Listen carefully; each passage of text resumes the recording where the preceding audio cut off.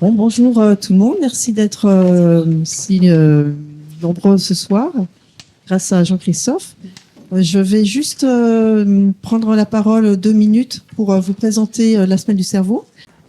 Donc ce soir, cette table ronde est présentée dans le cadre de la semaine du cerveau, comme vous pouvez le voir, qui est une manifestation scientifique portée par la Société des neurosciences, et qui est sous le haut patronage du ministère de l'Enseignement supérieur et de la Recherche. Vous m'entendez? Ça va? Ok. À Montpellier, cette soirée, enfin cette manifestation est pilotée par la Comédie des Neurones, une petite association créée par les acteurs de la recherche institutionnelle locale. Et son but est de promouvoir les neurosciences auprès du grand public, partager les avancées de la recherche sur le cerveau et surtout provoquer des échanges entre les chercheurs, les experts, les médecins, les spécialistes et le grand public que vous êtes. Donc c'est la 28e édition, donc c'est pas récent, ça marche bien dans toutes les grandes villes de France qui ont des universités, mais aussi à l'étranger. Alors pour cette 28e édition, à Montpellier, nous vous proposons à peu près 23 événements qui sont proposés jusqu'au 26 mars. Donc la semaine du cerveau à Montpellier est un mois du cerveau, parce que c'est une ville très riche en recherche, et beaucoup de chercheurs ont envie de partager leur recherche avec le grand public. La spécificité de la semaine du cerveau, c'est vraiment de dialoguer avec le public. C'est pas simplement de faire une conférence et de partir. C'est vraiment de dialoguer avec vous. Donc il y aura après cette table ronde des questions-réponses avec vous. Je ne vais pas rentrer dans les détails parce que je sais que Jean-Christophe veut prendre la parole après.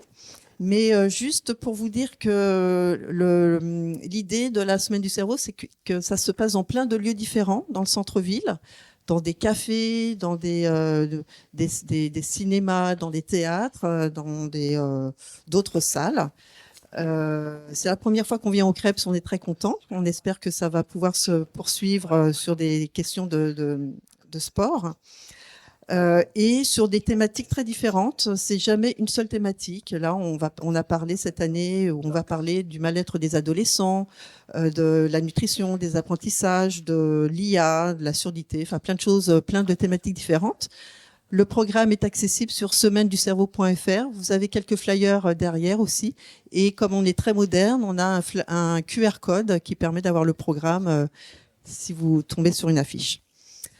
Un tout petit mot sur la soirée de ce soir. Donc, commotion cérébrale dans le sport, dépistage, évaluation et accompagnement de la reprise.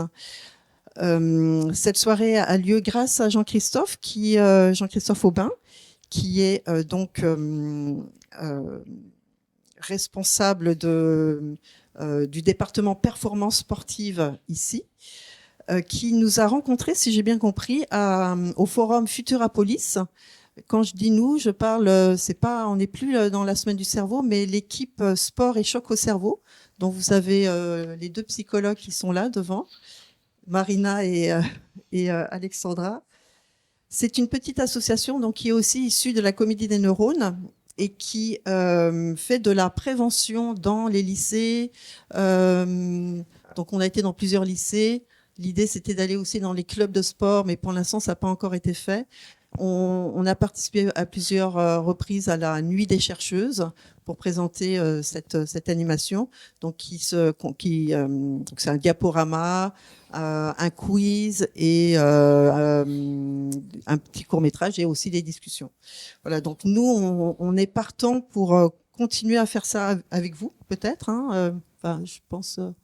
Marina, elle s'en va en vacances un peu, mais Alexandra est toujours là. Voilà.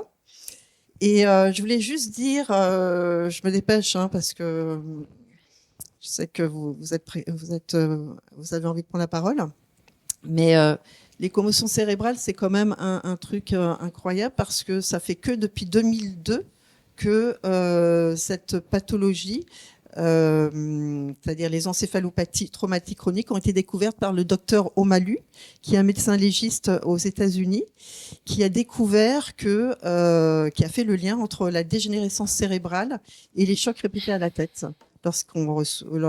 Suite à il a reçu Mike Webster, vous devez connaître, moi je ne connais pas, hein, qui est une légende du football américain et c'est grâce à lui qu'il a découvert cette pathologie.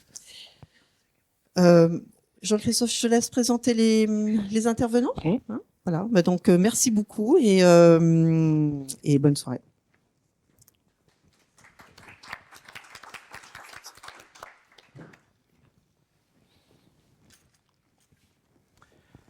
Bien, bonsoir. Merci d'être présent pour cette table ronde. Je tiens à excuser Madame Aurélie Martinière, qui est la directrice générale du CREPS Montpellier-Font-Romeu, puisque nous sommes un établissement public local qui accueille des sportifs de haut niveau, qui forme les futurs éducateurs de demain, et puis qui accueille le mouvement sportif dans un cadre général au sein de l'établissement pour des réunions, enfin tout ce que vous pouvez imaginer en termes de vie associative. Donc voilà le CREPS, et nous avons 2 sites, un site sur Montpellier et un site sur Font-Romeu. Peut-être qu'il y a des sportifs ici qui ont déjà connu ce site-là. Voilà, j'excuse aussi Jérôme Daval, qui est le directeur proprement dit du site du CREPS de Montpellier, qui est en réunion actuellement avec la natation, si vous voulez tout savoir. Voilà, donc merci d'être présent. Je suis donc Jean-Christophe Aubin, je suis responsable du département performance sportive ici. Voilà, je vais prendre la parole sur les stratégies des fédérations et le dépistage. Je serai accompagné par Madame Claire Jourdan, voilà, qui est MPR, responsable de l'équipe affection du système nerveux central, c'est ça, au CHU de Montpellier, au service médecine physique et réadaptation. Je serai accompagné aussi par le docteur Marc Julia, ici présent, qui est le chef d'équipe médecine et traumatologie du sport, qui est aussi le médecin référent du CREPS de Montpellier en traumato, et qui travaille à la fois au CHU de Perpignan et à la fois au CHU de Montpellier, la Péronie. Pardon. Qui aspire à l'être. D'accord, donc je me suis planté, excusez-moi. Voilà. Docteur Charles Yannick Guesnec, physiologiste, service médecine du sport à Perpignan, dans le même établissement. Voilà. Donc, est-ce que j'ai été complet? Eh bien, impeccable. Bon, voilà. Donc, je vais commencer mon propos, si ça veut bien démarrer. Voilà. Donc, première chose, je vais rappeler, parce qu'on ne va pas le faire ici, juste la définition des commotions cérébrales. Donc, ce sont des lésions traumatiques du cerveau survenues au cours de la pratique sportive dues à un choc direct, soit au niveau de la tête, du cou, ou sur n'importe quelle autre partie du corps, et qui induisent forcément une force impulsive appliquée au cerveau. Donc pourquoi on rappelle cette définition? Parce qu'elle a été retravaillée, et notamment à la conférence internationale d'Amsterdam, seulement en 2022. Donc c'est une définition qui est maintenant dite consolidée. Donc, bien entendu, altération biologique, et forcément, derrière, ça va être l'objet de l'ensemble de la soirée sur les altérations fonctionnelles neuronales et qui induisent des symptômes que vous connaissez déjà, les maux de tête, vertiges, troubles de la vision, troubles de la mémoire, amnésie donc, et concentration, troubles de l'équilibre, confusion, somnolence. Et pour 15% des cas, eh bien, nous avons parfois des pertes de connaissance. 3 types de traumatismes crâniens, des traumatismes crâniens sévères. Donc j'ai découvert une enquête de Santé publique France de 2018 qui, à ma grande surprise quand même, indique 3 activités sportives, on va dire, qui sont les plus à risque. Les sports de montagne, les sports aquatiques et les sports mécaniques. Voilà, donc j'ai été un petit peu surpris. Alors, on parle bien de traumatisme crânien sévère, susceptible d'arriver au décès, hein, qu'on soit bien conscient de ça. Derrière les traumatismes crâniens, pour, on va dire de manière générale, légers, pratiquants réguliers d'un sport, et dont 2 à 15% des pratiquants connaissent au moins un traumatisme léger par an. Et ça, c'est une étude des États-Unis qui est assez récente, qui date de 2024. Et enfin, troisième type, on va revenir dessus plus tard avec une petite vigilance. Ce sont les petits impacts crâniens sous-commotionnels qui n'apparaissent pas comme ça parce que ça ne se voit pas, mais à force de répétition, on peut avoir un effet quand même assez grave, in fine, et il ne faut pas le prendre à la légère. Et derrière, c'est tout l'enjeu aussi de la part de la recherche médicale pour pouvoir aller identifier ces ISC, comme ils disent. Quelques stats trouvées ici et là. En France, les traumatismes crâniens représentent près de 200 000 commotions par an. 6 personnes sur 1000 touchées. Bon, après, vous lisez, 5 à 9% de traumatismes sont liés au sport, 30% pour les 5 à 19 ans. Les sports de combat, presque 800 adolescents sont reçus aux urgences par an, entre 10 et 18 ans, et 96% concernent des commotions cérébrales. Pour le rugby, apparemment, top 14, Marc, tu peux peut-être confirmer, mais c'est ce que j'ai trouvé, 69 commotions l'année dernière sur 186 matchs. Et puis, puisque c'est un phénomène qui est de plus en plus reconnu, les traumatismes crâniens ont été déclarés quand même problématiques de santé publique. Et donc c'est pour cela que l'on a un certain nombre de conférences, notamment internationales, qui se font jour et de la recherche qui est de plus en plus prégnante. On parle d'Amsterdam et prochainement, nous avons une conférence internationale à Nice en juin prochain, me semble-t-il. Justement, cette conférence internationale de 2022, je vais vous en parler. Il était prévu comme ça, que je vous en dise 2 mots. Vous pouvez trouver ça sur Internet, pas de souci. La conférence a travaillé sur plusieurs items, notamment les outils d'évaluation clinique. Marc en reparlera, à la fois des outils qui vous sont disponibles pour les évaluations sur le terrain et à la fois des outils qui vous sont disponibles pour évaluer l'état du patient en cours de consultation. Après, dans le premier cas, il faut des outils qui sont assez efficaces pour détecter les commotions dans les 72 heures après la blessure. Et après, dans le cas de la récupération, après les 72 heures, nous avons d'autres types d'outils, mais Marc reviendra dessus. Deuxième item, les participants ont beaucoup travaillé sur les actions de prévention des commotions, notamment sur la modification, l'impérieuse nécessité de modifier les règles sportives. On en reparlera, je vous donnerai des exemples. Travailler sur les programmes d'entraînement neuromusculaire. Là aussi, je vous donnerai quelques stats. L'utilisation des protège-dents, notamment dans le rugby, assez efficace. Et l'amélioration de la gestion des commotions pour éviter les récidives. En tout état de cause, la prévention primaire est une priorité de santé publique dans le sport. Ça a été réaffirmé à l'occasion de cette conférence. La prise en charge, item suivant, la prise en charge et la récupération, notamment comment reconnaître une blessure, retirer immédiatement l'athlète du jeu, ça c'est une directive, évaluer médicalement bien avec tous les outils dont on a parlé, le repos initial, rééducation, etc., etc.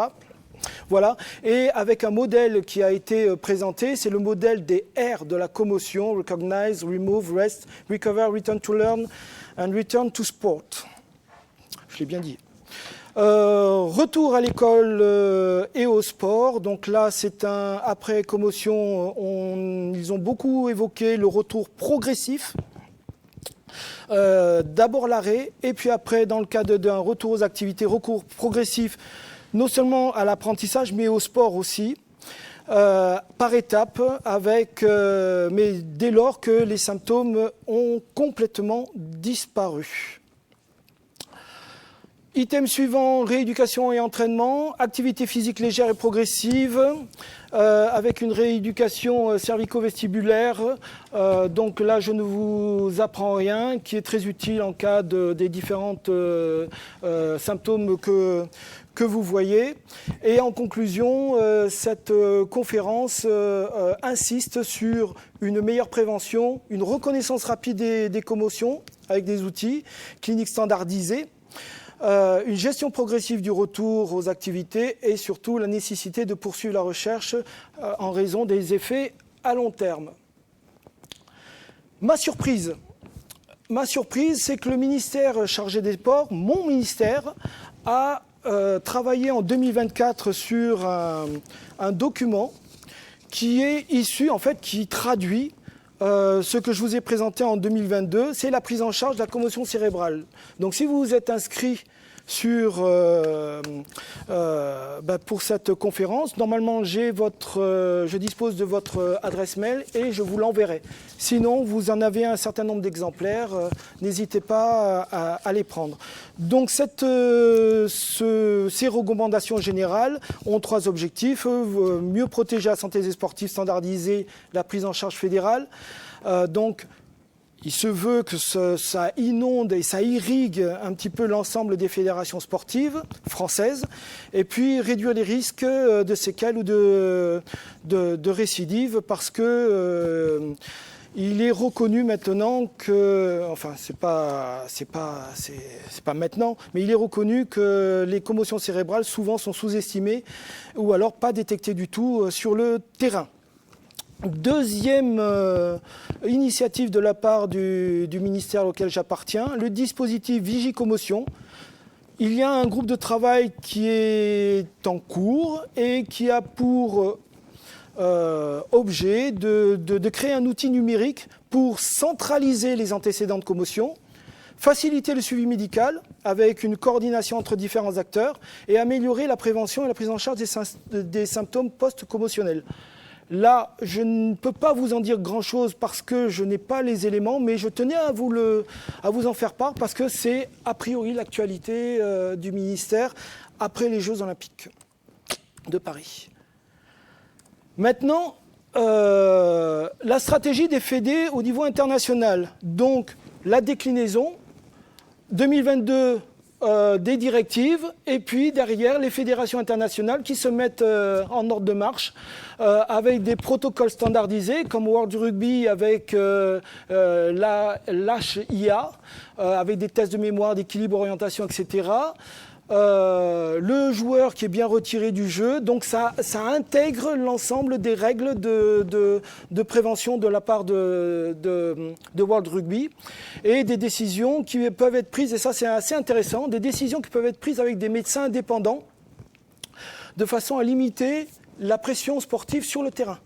Voilà, et ça on le retrouve dans différentes fédérations internationales. Il y a du corps médical présents dans les tribunes et qui sont en capacité d'intervenir si jamais il y a un choc sévère pour pouvoir dire stop, jouer sur le corps arbitral et sortir le joueur, tout simplement.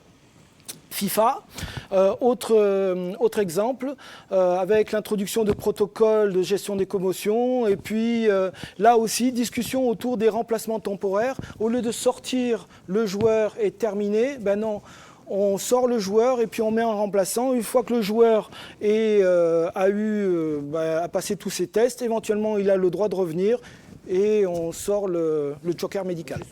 C'est hyper compliqué en fait.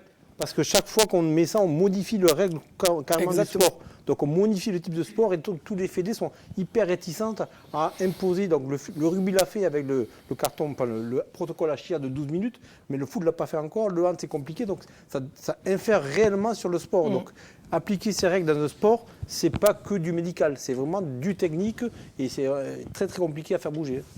Dans le cadre des détections des chocs, nous avons les innovations technologiques qui progressent jour après jour en ce moment. Là, on a les protège-dents connectés. Si vous avez vu le dernier match de l'équipe de France, je crois qu'il y a un joueur qui est sorti tout simplement parce que le protège-dents a dit qu'il y a eu un choc. Alors, à sa grande surprise, on lui a dit de sortir pendant un moment. Mais comme quoi, c'est quand même assez utile et efficace.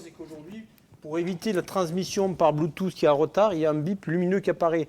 Et donc l'arbitre, il peut voir avant tout le monde. Donc on voit un bip qui s'allume sur le protège-dents ou le médecin. Et donc c'est encore plus... Parce que jusqu'à présent, ça partait par le Bluetooth ou par Wi-Fi. Des fois, ça arrivait 10 minutes après, on ne comprenait pas ce qui se passait. Aujourd'hui, il y a en direct, depuis 2 mois, une diode lumineuse qui nous dit effectivement. Et donc on le sort directement sans réfléchir. On fait le protocole et on voit.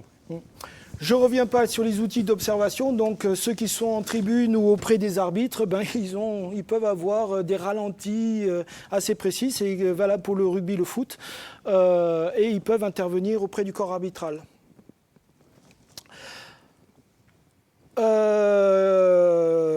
Troisième item, l'évolution des règles du jeu. Donc, pour réduire les commotions à la source, donc il y a un certain nombre de fédérations qui ont travaillé sur leur propre discipline, leur propre activité. Par exemple, dans le rugby, au lieu de plaquer en haut, on abaisse la ligne de plaquage. Pour limiter les incidents, les décisions de sortir les joueurs, on en a parlé. Et puis dans le football, on en a parlé aussi, avec le dispositif carton bleu, mais on y reviendra tout à l'heure. Sensibilisation, formation du grand public pour les acteurs du sport. La FIFA toujours, qui a travaillé avec l'Organisation mondiale de la santé sur une campagne mondiale suspectée et protégée. Pour la reconnaissance des symptômes et avec un item qui est, pas un item, une phrase que vous allez entendre de plus en plus, la santé prime sur le résultat sportif. Ça titille un petit peu, mais l'OMS y tient tout particulièrement. Un certain nombre de fédés aussi travaillent notamment pour le sport pro, sur des formations pré-saison systématisées chaque année. C'est renouvelé, on fait passer, on fait presque du prosélytisme. Diffusion des kits médicaux larges sur l'ensemble du corps médical qui irrigue l'ensemble des fédérations et la sensibilisation accrue, bien entendu, du monde amateur. Et enfin, dernier item, c'est la recherche scientifique et puis le suivi des sportifs qui ont subi, les anciens joueurs notamment, qui ont subi des commotions cérébrales sévères. Ça a commencé avec le foot américain. Nous avons l'exemple de Chabal qui est toujours dans nos têtes.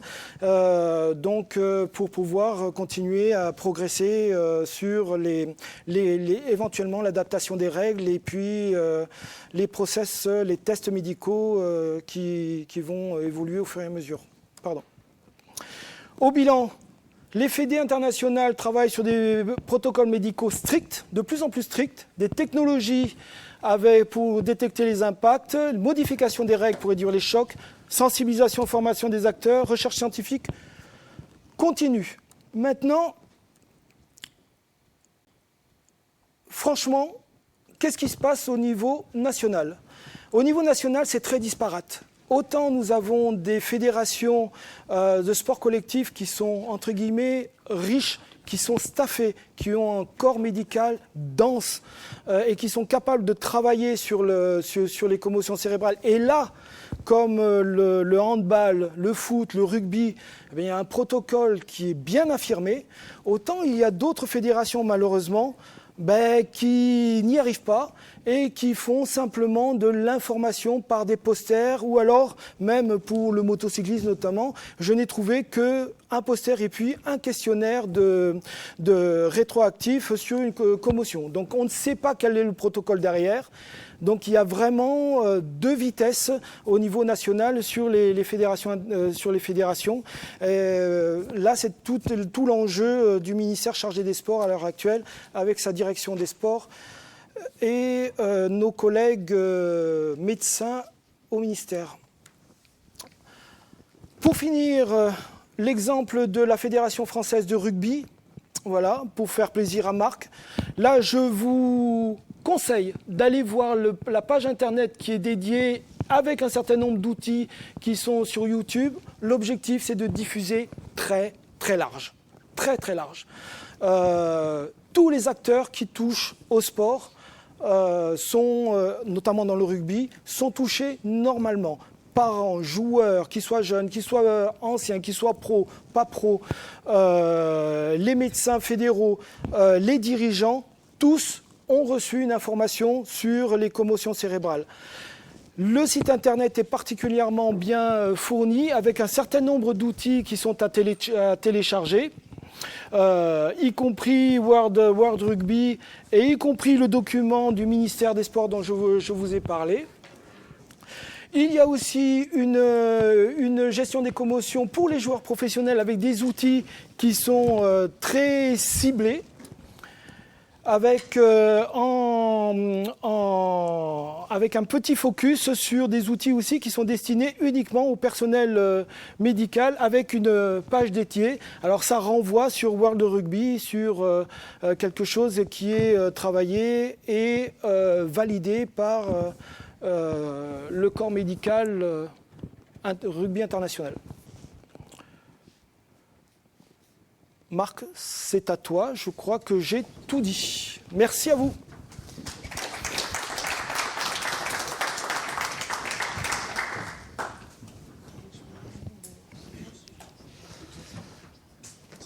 Parfait. Merci beaucoup JC de ce topo introductif. Et bon, je vais être... Merde. J'ai des gros doigts là. Ah ça y est. Ouais, je vais commencer par dire que je ne suis pas content, c'est pas bien ça. Non, je suis un peu déçu effectivement qu'il n'y ait pas plus de représentants du monde sportif. Je sais pas, peut-être que je ne vous connais pas tous, mais j'espérais que cette soirée soit l'occasion de rencontrer des éducateurs ou des responsables fédéraux des différents sports pour que chaque sport prenne conscience un petit peu de comment je dois appliquer cette notion de commotion cérébrale dans mon sport. Parce que la problématique, elle est là, en fait. Les conférences d'Amsterdam de 2022, moi j'avais la chance d'y participer, donc c'est très très bien. Mais aujourd'hui, il y a des grands concepts, mais il faut les appliquer. Et comme je vous disais tout à l'heure, ça nécessite des modifications structurelles importantes dans la façon de jouer, la façon d'arbitrer. Donc il faut que vraiment chaque sport, avec ses spécificités, se dise aujourd'hui en cyclisme, comment je peux le gérer, aujourd'hui en snowboard, comment je peux le gérer, dans mon règlement, à quel moment, comment je fais pour sortir un sportif qui est à risque. Parce que si on le sort, il a fini la compétition. Ah, mais on ne peut pas faire ça. Enfin, à mon avis, il faut accepter d'assumer. Et aujourd'hui, moi, j'aimerais que la semaine du cerveau soit le moment où on se rencontre, nous, avec une bonne parole de médecins ou de chercheurs, et les gens sur le terrain. Parce qu'il y a quand même deux mondes qui se regardent un peu en chaîne fusil, et chaîne faïence plutôt, et il faut accepter à mon avis d'appliquer les choses. Le rugby l'a fait, c'est pas parce que je viens du rugby que je fais, mais il y a des défauts, mais en tout cas, ça modifie les règles. C'est parfois, il y en a qui disent oui, mais ils trichent avec ça, ils font des faux cartons bleus, ils font des fausses commotions. Ça peut amener plein de choses, on peut toujours délirer autour de ça, mais il n'empêche qu'il faut que les décideurs, les responsables de fédération, les techniciens accompagnent cette application dans leur règlement. Donc voilà, donc c'est vrai que je suis un peu déçu de ça. J'avais demandé à JC, il a bien fait sur la fin de nous présenter chaque fédé parce que moi je suis médecin de jury des FST de médecine du sport et tous les ans on a des mémoires. Il y avait un mémoire qui a été fait sur la commotion dans le cyclisme. Mais on se rendait compte qu'en fait c'est compliqué, il n'y a pas encore de protocole, c'est dur. Il faut que chaque sport accepte d'introduire ces règlements. Voilà, donc c'est juste un petit coup de gueule que je voulais dire au début. Voilà. Après, juste aussi recadrer un peu le discours, il ne faut pas être alarmiste. Commotion cérébrale ne dit pas encéphalopathie post-traumatique. Ok, toutes les commotions ne finissent pas avec des maladies pseudo-parkinsoniennes. Il y a des cas, effectivement, donc il semblerait qu'il y ait une corrélation possible, mais c'est un facteur parmi d'autres. Donc il ne faut pas alerter les gamins en disant ouais, tu as fait une commotion, c'est écrit, tu auras sur l'encéphalopathie post-traumatique. Non, si tu cumules, il y a peut-être un risque majoré Enfin, tu peux en faire 50 et ne pas avoir d'encéphalopathie. Aujourd'hui, moi j'ai joué au rugby, j'ai eu des commotions, j'ai plein de gars qui ont joué au rugby et qui ont eu des commotions. Et il n'y a pas une épidémie d'encéphalopathe. Enfin, ou alors ça va venir. Mais donc voilà, c'est pas aussi direct. Il ne faut pas faire peur de manière formelle, mais il n'empêche qu'il faut en prendre conscience. Voilà, et puis avant je crois que c'était 2-3 choses sur lesquelles je voulais. Et voilà, Chabal, il y a un côté médiatique à tempérer un petit peu dans sa sortie quand même, parce qu'il se souvient de certaines choses quand même. Mais bon, après, il faut faire un diagnostic pour pouvoir. Ok, donc là, le cœur de ma présentation, j'essaie de revenir un petit peu plus pratique, c'est évaluation et retour à l'activité physique après commotion cérébrale. Donc d'abord, une évaluation initiale, pourquoi faire ? Pourquoi est-ce qu'on fait une évaluation initiale ? Non, mais au moment où il y a un choc, on fait une évaluation. Donc il faut savoir si oui ou non il y a une commotion. Il faut dire est-ce que oui ou non il y a une commotion. C'est ça le but. Donc il faut avoir les moyens de faire ces tests-là. Et on verra que certains sports, ça se fait en 30 secondes, en 2 minutes. C'est un peu compliqué. Donc c'est finalement le but initial de cette évaluation initiale, c'est de savoir si oui ou non il y a une commotion. Alors là, je vais vous donner l'exemple du rugby. Il y a 2 mondes différents où on peut avoir des règles différentes. Le monde amateur et le monde pro. Et la différence, elle est où? C'est que dans le monde pro, on a changé les règles. Vous avez 12 minutes pour évaluer votre sujet, votre joueur qui est remplacé par un autre. Donc ça ouvre le jeu quand même à des espèces de paranoïa, d'entraîneurs qui nous disent oui, il a fait exprès de faire une fausse commotion pour faire entrer. Peu importe, on s'en fout. Il y a un doute, on l'évalue, on a 12 minutes et il se passe quelque chose. Dans le monde amateur, c'est pas possible. Donc la règle n'existe pas. Du coup, qu'est-ce qu'on fait? Qu'est-ce qu'on fait dans le monde amateur quand il y a un doute? Ah non. On le sort. Recognize and remove. Donc on ne se pose pas de questions. Aujourd'hui, en français, reconnaissance et sortie du joueur. Vous avez un doute, il sort. Fini. On ne peut pas se permettre de dire, bon, on va essayer de le tester, on rentre, je pose 5 questions de Maddox, contre qui t'a joué. Non, non, ça ne marche pas. Dans le monde amateur, vous avez un doute, le joueur sur lève, il y a un petit tube, l'arbitre, il voit qu'il n'est pas bien, il a les yeux qui... On ne cherche pas à se dire, il va repris ses esprits, on ne pose pas 3 questions bizarres. Il y a un doute, il sort, c'est fini. Et on le remplace par un autre. Donc ça, c'est une position forte quand même. Donc ça nécessite que les instances assument. Alors, dans le monde pro, effectivement, il y a le protocole HIA pour Head Injury Assessment. C'est le SCAT. En fait, c'est le fameux SCAT au bord du terrain. Donc ça a été traduit au rugby. On fait des tests cognitifs, de mémoire rapide, des tests physiques, des proprioceptions, des petits tests vestibulaires. On essaie de questionner un peu plus en 12 minutes pour voir si réellement notre joueur, il a... Parce qu'il y avait un tel impact au niveau du monde pro qu'on a voulu avoir cette peut-être... pas être aussi strict que dans le monde amateur. On a plus d'outils, plus de moyens. Donc, mais ça, c'est réservé le protocole HIA au monde pro. Okay, il y a des évolutions à venir avec des tests cognitifs informatisés sur tablette qui sont en train de se développer en 5 minutes pour voir s'il y a des compétences qu'on peut explorer un peu mieux. De la biologie rapide avec des tests salivaires. Montpellier, on est bien placé pour en parler. Des tests neuromoteurs, les protège-dents. Donc plein de choses qui nous permettent effectivement d'être plus pertinents dans ce diagnostic initial. Oui ou non, est-ce qu'il a fait une commotion? Donc ça, c'est très important. L'amateur, on ne se pose pas la question. J'ai un doute, il sort. Dans les autres sports, on verra que c'est... Alors, pourquoi est-ce qu'on fait sortir le joueur? C'est bien beau, mais pourquoi est-ce qu'on est aussi extrémiste, à votre avis? Est-ce que ça majeure les risques d'autres blessures? Oui, très bien. Donc, effectivement, là, c'est le premier exemple. Et nous, là, ce joueur-là, si vous le reconnaissez, c'est... un très grand espoir de rugby sud-africain qui est arrivé en France. Il y avait deux grosses commotions. Il s'est pété les croisés 15 jours après la deuxième commotion. Il n'est jamais revenu. À Perpignan, moi, où je mettais un joueur dans le match. Il prend un pet à la tête. Il s'ouvre l'arcade. Tout le monde voit, c'est rien, c'est juste arcade et tout. On le recoue. 10 minutes après, croisé.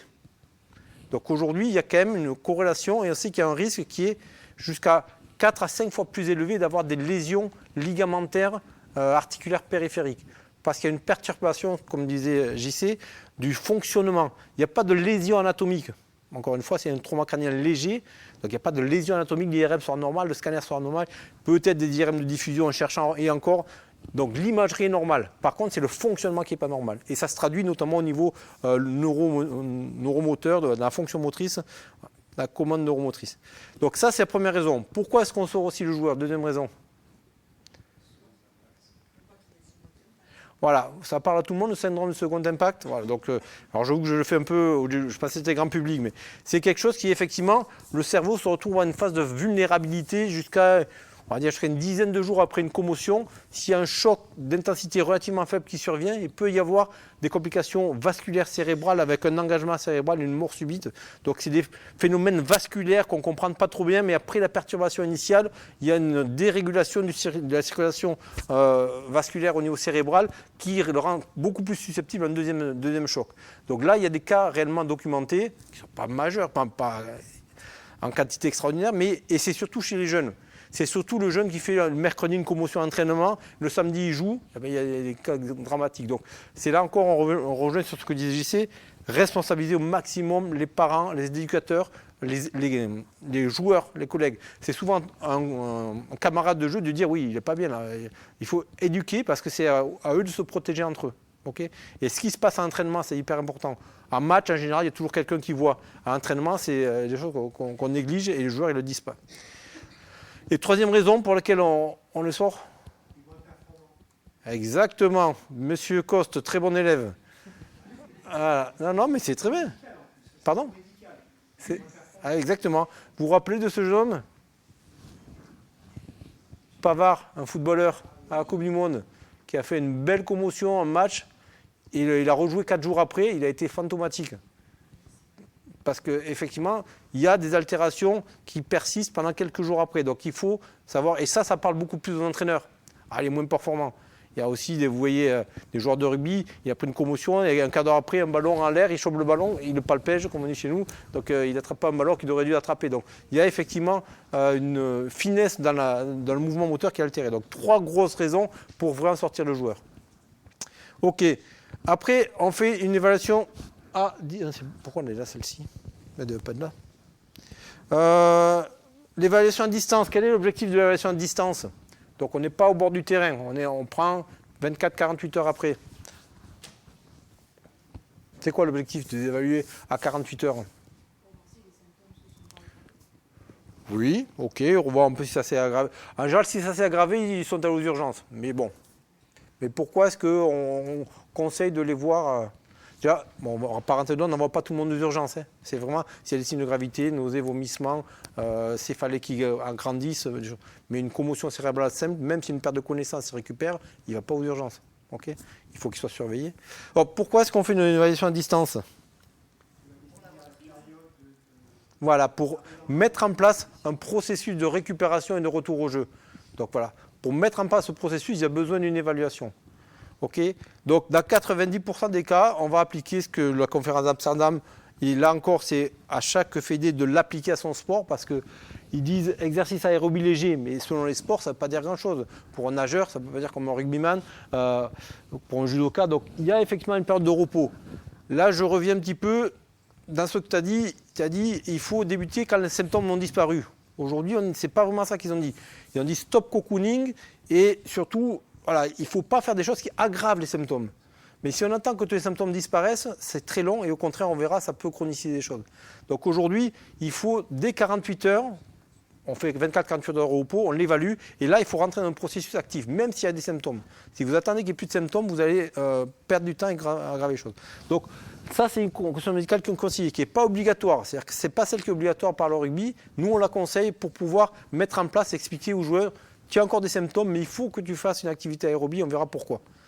Donc après, il y a des exercices spécifiques par rapport. Nous, le palier 3, c'est typiquement la musculation quand même, qu'il faut commencer à faire. Puis après, entraînement sans contact, c'est jeu de passe avec des prises d'informations diverses, où là, il y a effectivement la double tâche. Et après, là, celle-ci est obligatoire de consultation médicale. Vous ne pouvez pas reprendre le rugby si vous n'avez pas fait une consultation médicale à ce moment-là pour valider le retour. Après, vous faites des contacts et vous reprenez.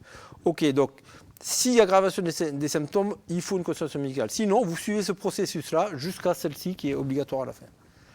Ok, parce que là, il faut un certificat de non-contre-indication pour retourner au jeu.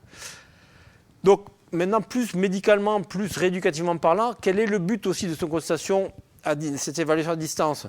C'est que dans 5 à 10% des cas, ça évolue pas aussi bien que ça. C'est-à-dire qu'on a beau mettre le protocole classique de vélo, puis à J3, J4, J5, ça évolue pas comme il faut. Et donc, cette deuxième évaluation à distance va nous permettre de démembrer effectivement les fonctions atteintes par la commotion cérébrale pour faire une rééducation les plus adaptée possible. Il faut avoir en tête que la commotion, ça touche beaucoup de systèmes. Le système cardiovasculaire, avec des entraînements, des adaptations, le problème cervical, un domaine oculo-vestibulaire postural et un domaine neurocognitif. Donc ces 4 grands domaines sont les grands types d'atteintes qu'il peut y avoir. Et donc comment on les évalue? C'est ce que disait JC tout à l'heure, c'est le squat 6. Et le squat, c'est pour l'office, c'est le squat dans l'office au bureau. Donc vous avez des protocoles, un test qui dure quand même 30-40 minutes, où vous allez faire au niveau cardiovasculaire rapidement, tension artérielle, coucher, debout, fréquence cardiaque. Vous allez explorer un petit peu comment ça se passe au niveau cardiovasculaire. Au niveau cervical, succinctement, les amplitudes, les palpations. Regardez est-ce qu'il y a une anomalie à ce moment-là. Au niveau oculo-vestibulaire et postural, il y a le VOMS qui est un test vestibulaire, un équilibre statique sur un pied, sur deux pieds dérivé du BESS ou le MBES. Donc des tests relativement simples qui sont standardisés et des tests neurocognitifs avec des questionnaires sur les symptômes, des questionnaires de mémoire de mots et des empans, voilà, et des questionnaires anxiété-dépression. Donc ce SCOAT 6 va explorer quand même tous ces domaines-là pour qu'au final, on puisse presque faire un diagramme en araignée, en toile d'araignée, pour voir sur quel type de symptômes il est le plus en difficulté. Ça, encore une fois, c'est dans 90% des cas, on n'en a pas besoin. C'est-à-dire qu'il a bien récupéré, il a fait son process que je vous présentais auparavant. Mais quand ça ne va pas, il faut aller un peu plus loin pour comprendre. Et pourquoi? C'est parce qu'il y a de la rééducation qui va être adaptée en fonction de ce qu'on va avoir à ce moment-là. Donc, en niveau cardiovasculaire, qu'est-ce qu'on va faire? On va faire du réentraînement aérobie. Il faut bien comprendre que le réentraînement aérobie n'est pas là pour augmenter la capacité aérobie, pour retrouver une condition physique excellente et rejouer. On va voir un peu après. Au niveau cervical, c'est de la médecine manuelle, des soins de lever les tensions, parce que tant qu'il y a des contractures musculaires, on ne va pas fonctionner normalement. Renforcement musculaire, très important aussi, on n'a pas le temps d'en parler maintenant. Au niveau oculo-vestibulaire postural, il y a une régulation orthoptiste et vestibulaire qui peut être demandée. Et au niveau neurocognitif aussi, avec les neuropsychologues et les orthophonistes, pour nous aider à remettre en place toutes ces anomalies qu'on peut détecter. Moi, je fais un petit focus sur le cardiovasculaire, parce que c'est un peu plus le domaine où on est compétent. Pourquoi est-ce qu'on fait un réentraînement aérobie? Parce que ça va augmenter le système cardiovasculaire. Bon, c'est bien, on veut corriger un déficit, on le réentraîne très progressivement. Mais il faut comprendre que ça agit aussi sur la récupération au niveau cervical, ça agit sur le neurocognitif, ça agit sur le vestibulaire. Donc l'activité physique aérobie, c'est un médicament. Ce n'est pas uniquement je réentraîne pour pouvoir refaire de la performance, c'est je vais aider mon cerveau à cicatriser. Et ça, c'est effectivement la diapo suivante, c'est activité physique et cicatrisation du cerveau, comment ça marche? Et là, il y a Yannick qui est quand même expert là-dessus, il vous en parle un peu plus, mais quelque chose d'assez simple, c'est que l'activité physique, quand on fait le muscle travail, il libère des myokines qui sont des myokines qui des espèces de médiateurs qui circulent dans le sang, qui vont jusqu'au cerveau, qui vont stimuler le BDNF, qui est un facteur de croissance des neurones. Donc le muscle stimule quelque chose qui va aider le cerveau à cicatriser. À la fois à cicatriser, à refaire des gaines de myéline, parce qu'on a vu que la cellule n'est pas morte, mais c'est les gaines de myéline qu'il faut aider, et les connexions synaptiques. Donc grâce à l'activité physique, on va aider à la cicatrisation du cerveau. Donc c'est hyper important. C'est pour ça que moi j'en ai encore vu un qui disait oui, mais j'ai augmenté et à chaque fois j'étais en échec, du coup j'étais énervé, j'arrive pas à progresser. Non, mais en restant en dessous de vos symptômes, continuez, même si vous ne progressez pas, c'est pas grave. Tout ce que vous faites là, ça aide à stimuler, à cicatriser votre cerveau. C'est un message qui est important à avoir. Après, comment fait-on quand même? Comment on fait pour faire de l'activité physique aérobie chez nos patients qui ont besoin pour cicatriser le cerveau? Donc, il y a, c'est pas sorcier, effectivement. Chaque fédé a fait des protocoles classiques pour le handball, pour le football, pour le rugby. C'est ce que je vous ai montré, mais ça, c'est le protocole quand tout se passe bien. C'est-à-dire que au bout de 48 heures, il a des petits symptômes, il fait du vélo 2 jours, il va mieux, il fait la muscu, tout se passe bien, les symptômes disparaissent. Ouais. Mais qu'est-ce qu'on fait? Donc ça, c'est ce qu'on fait classiquement, c'est très bien. Mais qu'est-ce qu'on fait quand ça ne va pas? Pourquoi je suis venu en arrière, moi? Voilà. Donc le concept clé, c'est l'entraînement sous le seuil d'exacerbation des symptômes. Ce que je vous disais tout à l'heure. Il y a des papiers, je vais aller très vite là parce que c'est une présentation entière, mais qui ont montré qu'effectivement, depuis la conférence d'Amsterdam, on a démontré que l'entraînement en dessous du seuil d'exacerbation des symptômes était plus bénéfique que le repos.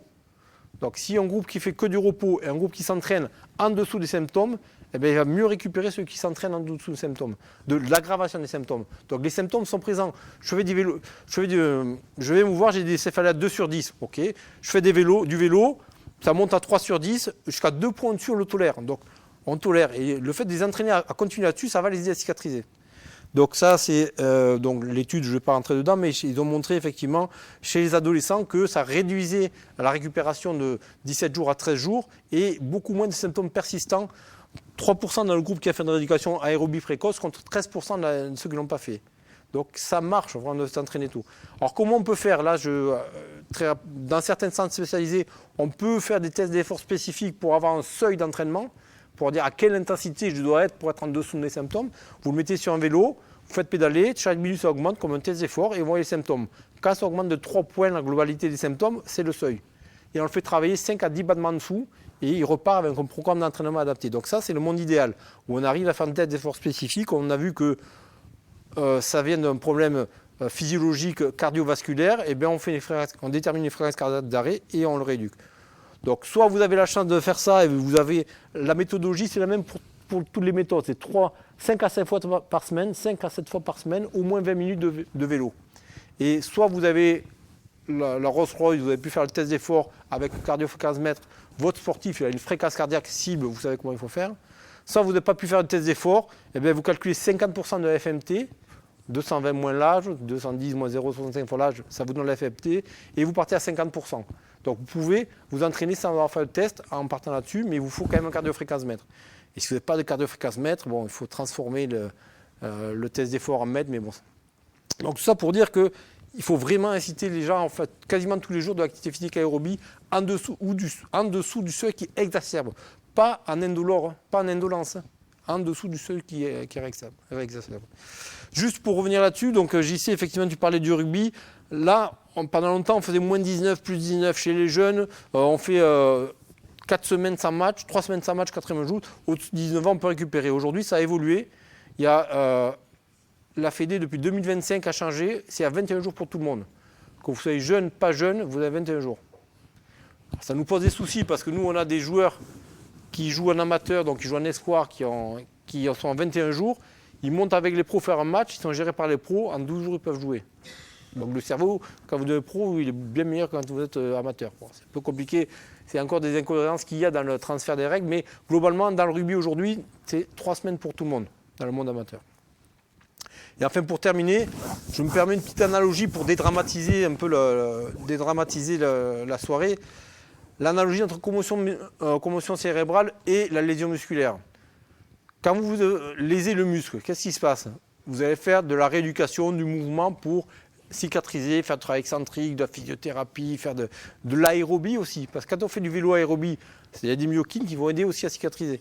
Et au final, vous allez trouver un muscle qui cicatrise, qui va bien et qui reperforme. Par contre, si jamais vous ne faites pas cette rééducation, il y a une cicatrice fibreuse qui persiste, le muscle est toujours douloureux et vous avez un risque de lésion musculaire. La cause principale de lésion musculaire, c'est l'antécédent de lésion musculaire. C'est-à-dire que c'est une lésion musculaire qui n'est pas cicatrisée, elle va répéter, ça on le sait. Mais dans le cerveau, finalement, qu'est-ce qui se passe quand on a une commotion? Le cerveau, il est perturbé, comme quand le muscle a été abîmé. Qu'est-ce qu'il faut? Il faut le rééduquer. Okay, quand vous le rééduquez, vous le retrouvez en état à la normale et il n'y a pas de surrisque quand vous avez bien récupéré d'une commotion, ça se passe bien. Par contre, le problème, c'est que quand vous retournez sans avoir fait un process normal ou avec des symptômes qui persistent sans le dire, c'est là où vraiment le cerveau commence à s'emballer et à avoir des séquelles et à avoir des cicatrices, entre guillemets, qu'on n'arrive pas forcément à déchiffrer. Voilà. Donc tout ça pour dire que une commotion cérébrale, c'est une pathologie, ça se rééduque, ça se prend en charge correctement, et quand ça se prend en charge correctement, tout va très bien derrière. Voilà, je suis désolé, je suis un peu parti vite dans tous les sens, mais c'était...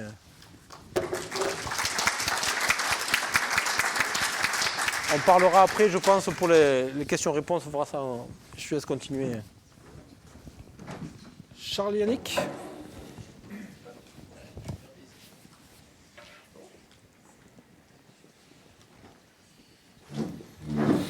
Allez, à table. À table. Bon, je vais éviter de vous faire peur quand même. Parce que je vais exposer certains régimes qui inquiètent un peu maintenant. On fait peur aux gens.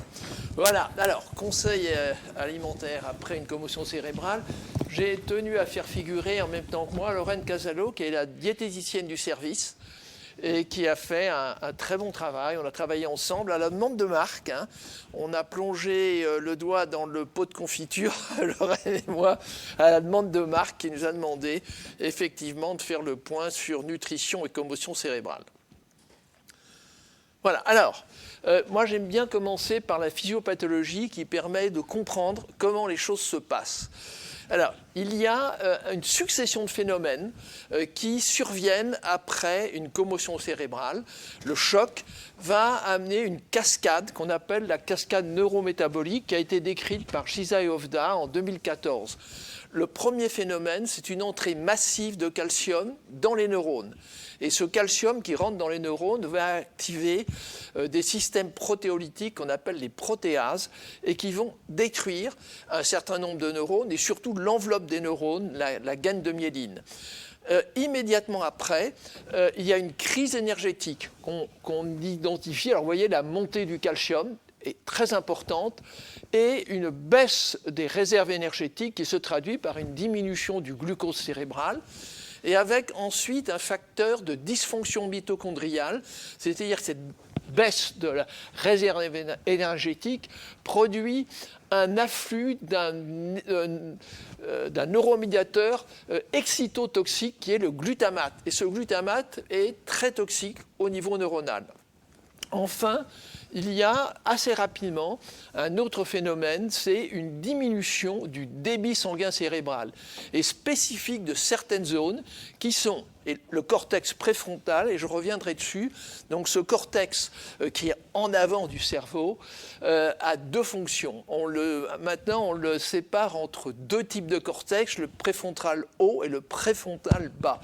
Le préfrontal haut, c'est surtout l'esprit logique, l'esprit décisionnel. Et le préfrontal bas, c'est plutôt la zone des émotions. Donc cette zone-là est une zone très importante dans la vie de relation et dans les capacités de prendre des décisions. Il y a aussi une deuxième zone cérébrale qui va être soumise à une baisse de débit sanguin cérébral, c'est l'hippocampe. Et cet hippocampe, c'est vraiment la zone de la mémoire spatiale et qui va effectivement permettre de se repérer dans un environnement mouvant. Et c'est très important dans le cadre du suraccident, ce cortex hippocampique. Donc, connaissant cette cascade neurométabolique, on va essayer de cibler les recommandations nutritionnelles.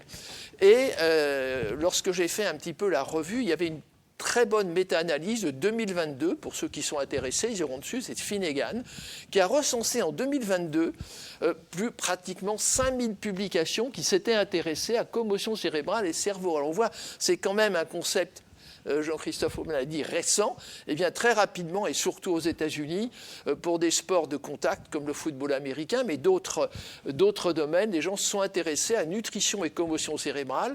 Et pour essayer d'avoir un fil rouge sur cette semaine cerveau, j'amène tout de suite une notion. Les travaux sur nutrition, commotion cérébrale se sont basés sur ce que l'on savait déjà pour les maladies neurodégénératives. Donc on n'a pas inventé ex nihilo quelque chose. On savait qu'il y avait un corpus de connaissances déjà acquis qui permettait de faire un lien ou épidémiologique ou thérapeutique entre les apports alimentaires et l'évolution des maladies neurodégénératives. Et je reviendrai dessus à la fin pour essayer de donner une cohérence globale. Alors, ces études ont utilisé comme critère deux choses importantes, c'est la disparition des symptômes et la durée de retour au sport. Donc on a un certain nombre d'études, et on va le voir avec les nutriments, en disant, au bout du compte, on va prendre, pour la plupart des études, une population traitée, une population contrôle, et puis on va voir ces deux critères, disparition des symptômes, retour au sport. Alors, elles ont permis de conclure qu'une nutrition adaptée permet de raccourcir la durée de récupération après une commotion cérébrale. Et dans cette revue, on a pu classer, je dirais, par ordre de fréquence d'études. La première chose, et qui d'ailleurs était largement soutenue par ce que l'on savait sur les maladies neurodégénératives, c'est-à-dire les acides gras polyinsaturés, oméga 3, DHA, EPA. C'est vraiment, et vous allez voir que ça va être le fil rouge de cette présentation, c'est vraiment la première chose sur laquelle il faut avoir un regard efficace. Deuxième chose, la crise énergétique. Alors, chose curieuse, lorsque le cerveau se trouve en crise énergétique, c'est-à-dire que ses réserves énergétiques, la production d'ATP baisse, ce n'est pas forcément le glucose qui va être le plus efficace, c'est la créatine. Donc, apport de créatine. Ensuite, deux éléments minéraux ont été vraiment d'intérêt, le magnésium et le zinc. Le magnésium est l'antagoniste spécifique de la crise glutamatergique. Il bloque les récepteurs du glutamate. Donc, forte dose de magnésium tout de suite au début de la commotion cérébrale. Ensuite, un certain nombre de vitamines qui peuvent être tout de suite utilisées comme antioxydants, vitamine D et vitamine B9. Ont été étudiés les acides aminés branchés qui vont participer au maintien de la crise énergétique, enfin au support énergétique. Alors, dans la phase initiale et peut-être tardive, il y a pas forcément pour tous les sujets, des troubles du sommeil, et on prescrit de la mélatonine. Et enfin, alors je vais insister sur quelque chose qui va vous amuser. Pourquoi ça va arriver un peu comme les cheveux sur la soupe, et je vous montrerai qu'il y a de très belles études là-dessus. Il y a, dès le début et dans la phase retardée que je vous ai exposée, une crise inflammatoire, une production de radicaux libres. Et dans le cas spécifique des commotions cérébrales, je vous montrerai le papier de référence, eh bien on s'aperçoit que l'apport de fortes doses de myrtille est le produit le plus efficace pour réduire la crise inflammatoire. Ça peut paraître surprenant, c'est pas mauvais la myrtille. Voilà, alors proposition pour la phase aiguë. Donc dans cette phase aiguë, alors je vais vous mettre la complémentation en produits de compléments alimentaires et ensuite les sources alimentaires qui permettent à la fois de le compléter. Donc la partie initiale pour bloquer la crise du glutamate et bloquer les canaux calciques, c'est le magnésium à forte dose. Alors, on le trouve dans les épinards, les amandes, les chocolats noirs, très important les fruits à coque. Et au bout du compte, je mets des supplémentations, c'est à peu près 300 à 400 mg de magnésium par jour. Et c'est ce qu'on retrouvera dans les propositions immédiates. Ensuite, les oméga 3. Alors ça, très important, ils vont avoir un rôle tout de suite au début de stabilisation des membranes anti-inflammatoires. Dans la phase un petit peu plus retardée, ils auront d'autres rôles. Donc, les sources alimentaires, les poissons gras, les graines de lin, et dans la première phase, les auteurs conseillent d'avoir des doses importantes, c'est-à-dire 2 mg par jour. La créatine, soutien énergétique antioxydant, vous la trouvez dans les viandes, dans les poissons. Au début, dans la première phase, il faut aller jusqu'à 5 grammes par jour. Et le zinc, qui a la même action que le magnésium, qui est une modulation des récepteurs du glutamate. Alors, on les trouve dans les huîtres et les graines de courge. C'est très bon, les graines de courge. Il faudrait toujours en avoir un petit peu, que les sportifs en prennent, je vous le dirai à la fin. Voilà, la phase aiguë. À cette phase aiguë, qui dure une dizaine de jours, succède une phase chronique. Alors, cette phase chronique, ça va être une inflammation cérébrale, qui va être une inflammation cérébrale aiguë au départ et de bas grade qui va se poursuivre relativement longtemps. Et ça, c'est vraiment la phase retardée, cette inflammation de bas grade. Alors, les gens qui sont aujourd'hui intéressés par les neurosciences, vous savez que l'inflammation de bas grade est quelque chose qui intéresse énormément les neurologues dans la genèse des maladies neurodégénératives. Alors, tout de suite, c'est très difficile de la mesurer biologiquement parce qu'aujourd'hui, on n'a pas de vrais marqueurs sanguins périphériques accessibles au niveau des veines antécubitales qui permettraient d'avoir un reflet très exact de l'inflammation cérébrale. C'est souvent sur des modèles animaux ou sur de la spectroscopie IRM qui n'est pas très simple. Mais cette inflammation cérébrale, elle existe et elle persiste. Elle va provoquer des lésions des neurones chroniques. Et avec surtout, et ce qui est très important dans cette phase, c'est une altération des connexions synaptiques. C'est-à-dire que les neurones entre eux vont perdre cette connexion. Et alors notamment, c'est mis en évidence par une atteinte du corps calleux, qui est la zone de transmission entre les différentes zones cérébrales. Alors, le but de la nutrition dans cette phase-là, après avoir bloqué les phénomènes toxiques du début, c'est d'aider à la réparation neuronale. Donc ça va être une phase de resynthèse. Donc, au bout du compte, sur ce schéma, on s'aperçoit qu'il va falloir faire deux choses. C'est resynthétiser l'axone, c'est-à-dire les gaines de myéline, remettre en route la neurotransmission et bloquer l'inflammation. Alors, on revient toujours sur cet article de Giza et Vovda. Comment va-t-on y arriver ? Bien, première chose, il va falloir diminuer l'inflammation. Et diminuer l'inflammation, c'est le domaine d'un apport chronique de vitamines, d'oméga 3 et de polyphénol. Très important, les polyphénols, ce sont les antioxydants. Il va falloir poursuivre l'apport énergétique, la créatine. Il va falloir favoriser la reconnexion synaptique. C'est un petit peu le domaine de la vitamine A, B2, B9, D. La B9 a un rôle important. Alors, j'anticipe sur la suite. La B9, peu de gens savent où on la trouve vraiment. On la trouve dans la mâche.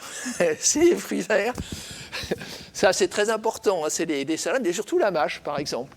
Hein, donc, vitamine B9, favoriser la régénération neuronale qui va être stimulée par ce que Marc vous a expliqué, le Brain Derived Neurotrophic Factor, alors, il y a un travail qui a été fait sur un modèle animal, pauvre bête. Hein, on a, malheureusement, été obligé d'utiliser, il y a des modèles de traumatisme chez le rat. Il y a un auteur, Krishna, en 2019, qui a administré de fortes doses de myrtille à un modèle de commotion animale chez le rat. Et il s'aperçoit que ça agit sur la remise en route de la signalisation neuronale et ça diminue le stress oxydatif avec une amélioration sur des modèles animaux, des fonctions cognitives et de la tolérance au stress. Il faut aussi, à partir de ce moment-là, amener en plus de la créatine des acides aminés. Les acides aminés branchés ont montré qu'ils étaient assez utiles à la récupération neuronale. Le tryptophane, très important, et la tyrosine, c'est-à-dire les précurseurs de la sérotonine et de la dopamine cérébrale. Alors, lutter contre l'inflammation, le rôle principal. Alors, j'aime bien mon petit nounours. Hein. Lui, il est en bonne santé. Il mange du saumon.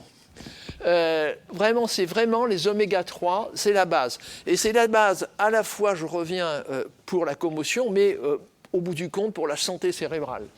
Ces oméga 3, ils vont diminuer l'inflammation, ils augmentent la plasticité neuronale, ils diminuent le stress oxydant et ils ont aussi une autre fonction, ils améliorent la circulation capillaire. C'est un sujet sur lequel j'avais travaillé un certain nombre d'années. Lorsque l'on administre un sujet de forte dose d'oméga 3 et qu'on lui fait faire un exercice physique en hypoxie, les sujets traités, les sujets non traités, on s'aperçoit que la circulation capillaire est améliorée par de fortes doses d'oméga 3. On avait même des images où on faisait de la capillaroscopie sous-onguéale ou tissulaire, et on s'aperçoit que le sujet qui reçoit des oméga 3, les globules rouges qui deviennent plus fluides, parce que les oméga 3 s'incorporent dans les membranes, eh bien, ceux qui ne sont pas traités, les globules rouges, quand il y a hypoxie, probablement cérébrale, ça se bouscule à l'entrée du portillon. Et quand on amène des oméga 3, ils sont fluides, ils passent. Hein, c'est vraiment quelque chose de très efficace. Alors, chose importante, il y a une synergie possible entre les oméga 3 et l'exercice aérobie pour améliorer la perfusion du cortex frontal et les fonctions cognitives. Mémoire, attention, les fonctions exécutives vont être certainement sensibles à une synergie entre les deux. Alors, malheureusement, je vous ai mis 2 planches. Ça, c'est un papier de 2020 qui, en IRM de perfusion, montre que les sujets traumatisés ont une diminution du débit sanguin frontal. Ça a été vu avec une autre méthode, et c'était un petit peu plus ancien, les premières études de 2014 qui montrent, avec la spectroscopie proche infrarouge au niveau cérébral, il y a une diminution de débit sanguin dans ce cortex préfrontal. Alors, la question qu'on peut se poser, mais je n'ai pas la réponse aujourd'hui, c'est que si on administre en même temps de fortes doses d'oméga 3 et un exercice physique sous-maximal, on a probablement une potentialisation des deux. Donc c'est un sujet de recherche qui pourrait être proposé, c'est sponsorisable.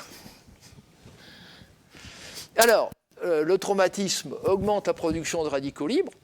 La seule solution, on la connaît tous, c'est d'augmenter les antioxydants.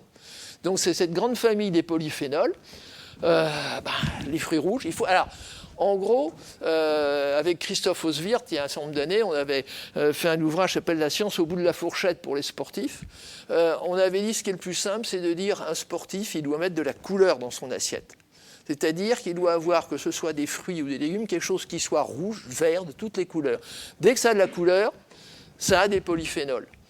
Donc, les polyphénols, on sait trop, alors je vous ai mis le détail, avec en plus des polyphénols, donc d'autres substances qui sont le cacao, le café, le thé, qui sont le thé vert notamment. Donc on s'aperçoit que cette alimentation va avoir le principal rôle antioxydant. Alors en pratique, eh bien dans le service, avec Lorraine Casado, on a défini une alimentation pour la phase aiguë et une alimentation pour la phase chronique. Alors, dans la phase aiguë, la première chose à faire, c'est des oméga 3. Pendant toute cette phase post-commotion, on tape fort, 8 capsules d'oméga 3 greenois par jour, ça fait donc on arrive aux 2 grammes. La créatine, de 3 à 5 grammes. La vitamine D, 2 capsules. Le magnésium, forte dose. Le zinc, aussi forte dose. Et 6 troubles du sommeil. On peut, 6 troubles du sommeil, de la mélatonine jusqu'à, on est à 2 mg, on peut monter jusqu'à 5. Phase chronique. Bien, phase chronique, on revient sur des choses que je vous ai déjà annoncées. Les poissons gras. Donc là, on a détaillé les détails. Ça peut être, pour ceux qui aiment, 40 grammes de foie de morue. Aujourd'hui, c'est rare, les gens qui aiment ça, mais le maquereau, c'est très bien. Le pavé de saumon. On les a un peu diabolisés en disant qu'ils pouvaient être contaminés par le mercure. Mais enfin, aujourd'hui, on revient en disant qu'il y en a un petit peu, mais ce n'est pas un drame. Réduire, surtout très important, réduire la viande rouge et remplacer par de la viande blanche. Légumes, midi et soir, 3 fûts par jour, des laitages. Alors, les huiles très importantes, colza en priorité, huile de noix aussi. Et une poignée de fruits oléagineux par jour. Amandes, noix, noisettes, ça veut dire que ça doit être dans un petit bocal. Et le sportif en post-commotion, il en prend un petit peu tous les jours. Alors, c'est prêt.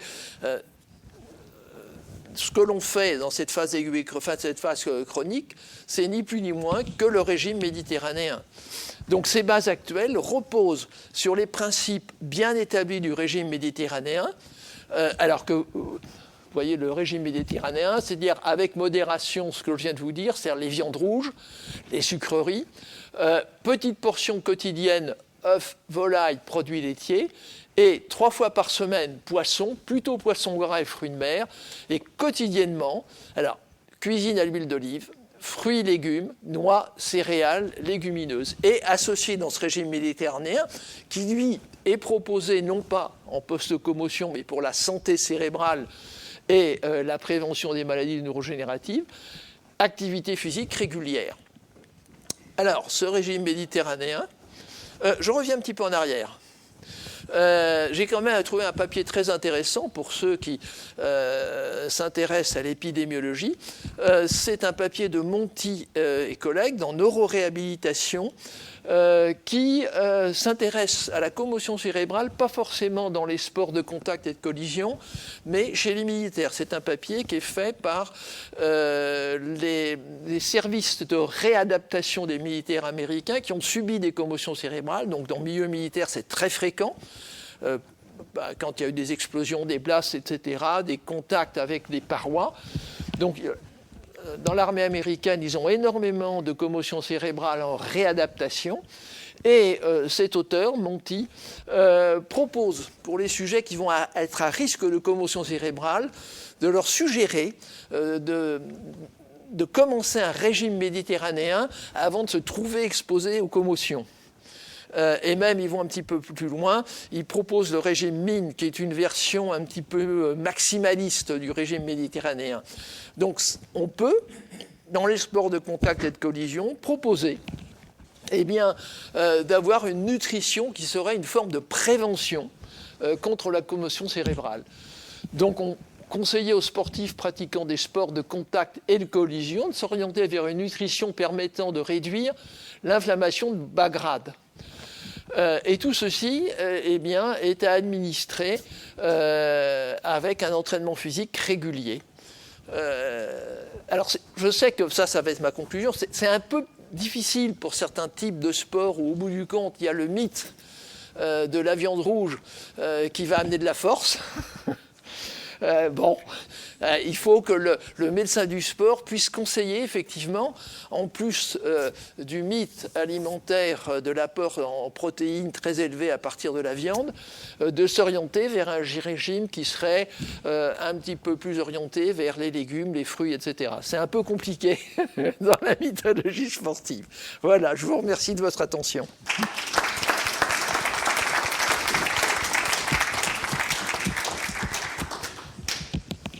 C'est ton tour, Claire. Bonjour. Avant que je commence, vous n'avez pas des questions ou c'est après qu'on fait... C'est après? Ça va, on m'entend?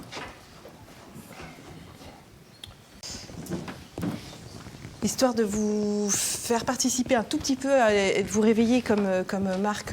Alors attendez, d'abord je vais me présenter. Je suis Claire Jourdan, donc moi je suis médecin de médecine physique et de réadaptation au CHU de Montpellier et je travaille notamment sur la lésion cérébrale, les traumatismes crâniens dans tous les spectres de gravité, hein, puisque là on parle que du trauma crânien léger, mais je prends en charge tous les types de trauma crânien. C'est dans ce cadre que je viens de parler. Mais avant, je voulais vous demander savoir un peu parmi vous voilà, est-ce que qui ici est lié au sport, qui vient dans le cadre qui travaille dans le sport? Est-ce que vous pouvez juste avoir une...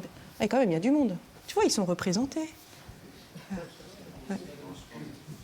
Et qui est dans le monde de la santé, professionnelle de santé? Ah, les mêmes, ouais. D'accord, quasiment tout le monde. Qui est usager, asso, qui a envie d'en savoir plus. Ouais. Et puis ensuite, qui vient juste pour en savoir un peu plus parce qu'il a vu le programme? Ou il, elle? D'accord. Donc c'est pas mal de gens, soit professionnels de santé, soit dans le monde du sport, soit les deux, c'est ça? Ok.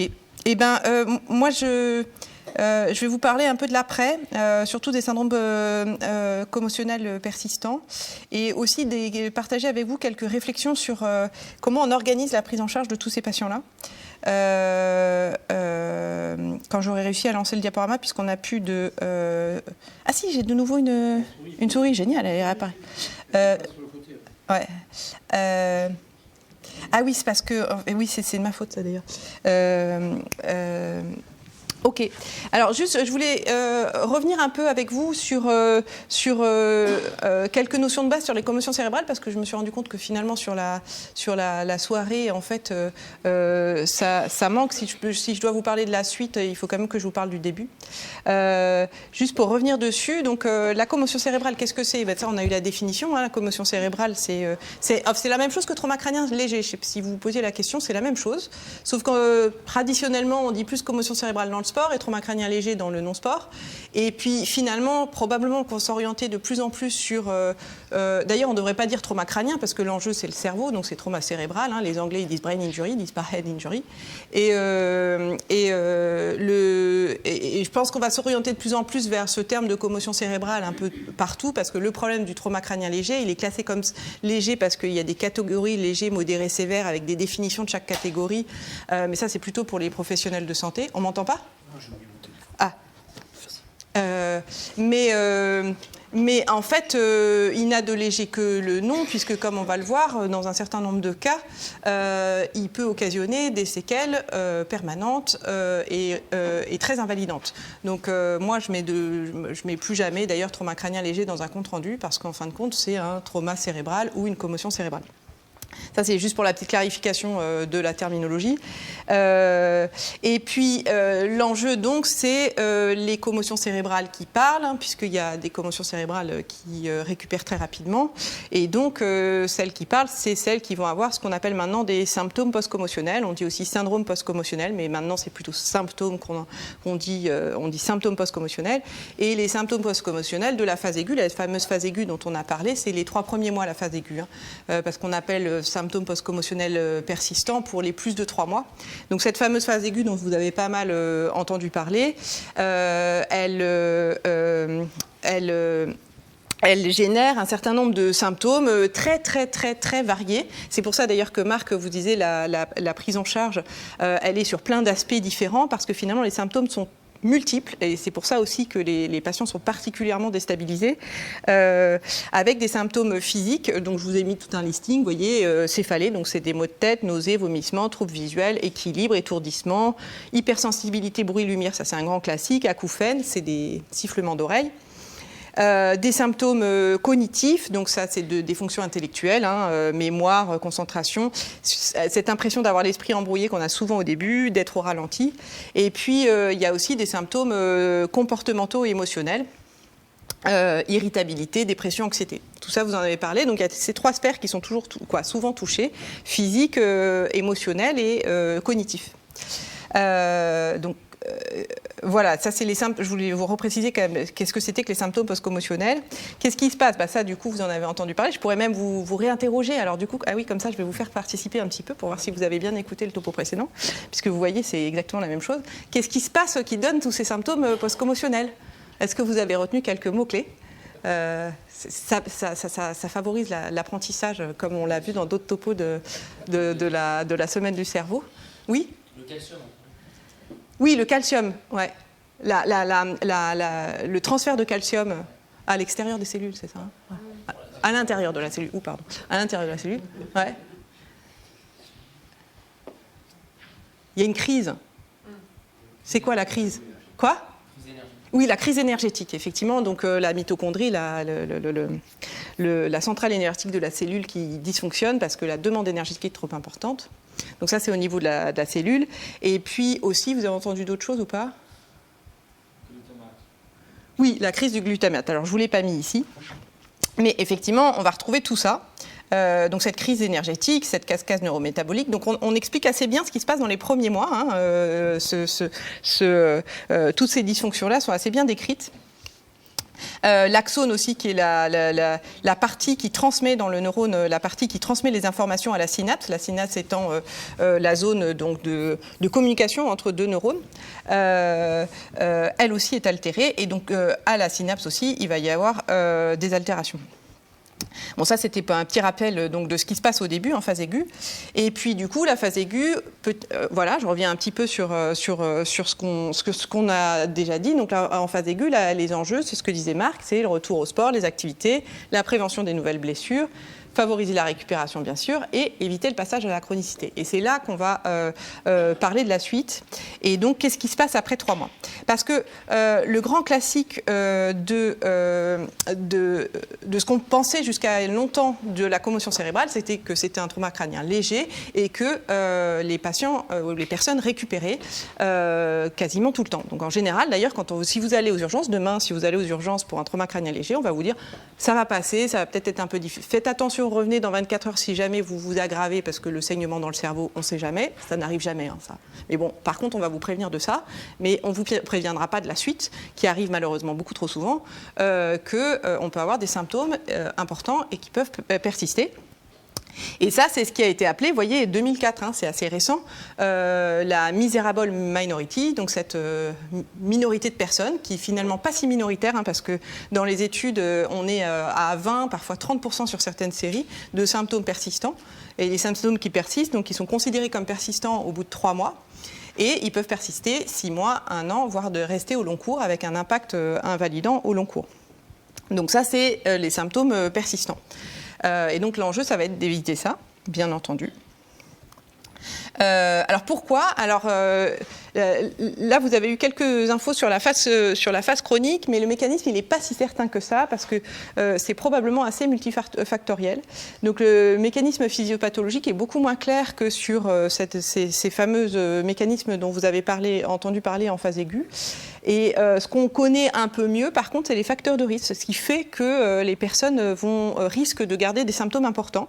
Je vous en ai mis quelques-uns, les principaux, mais il y en a plus que ça. Il y en a plus que ça. Notamment, il y a probablement des susceptibilités génétiques ou personnelles. Mais les principaux, c'est l'âge plus élevé, la répétition des traumatismes, donc les antécédents de traumatismes préalables, notamment les antécédents de traumatismes un peu sévères.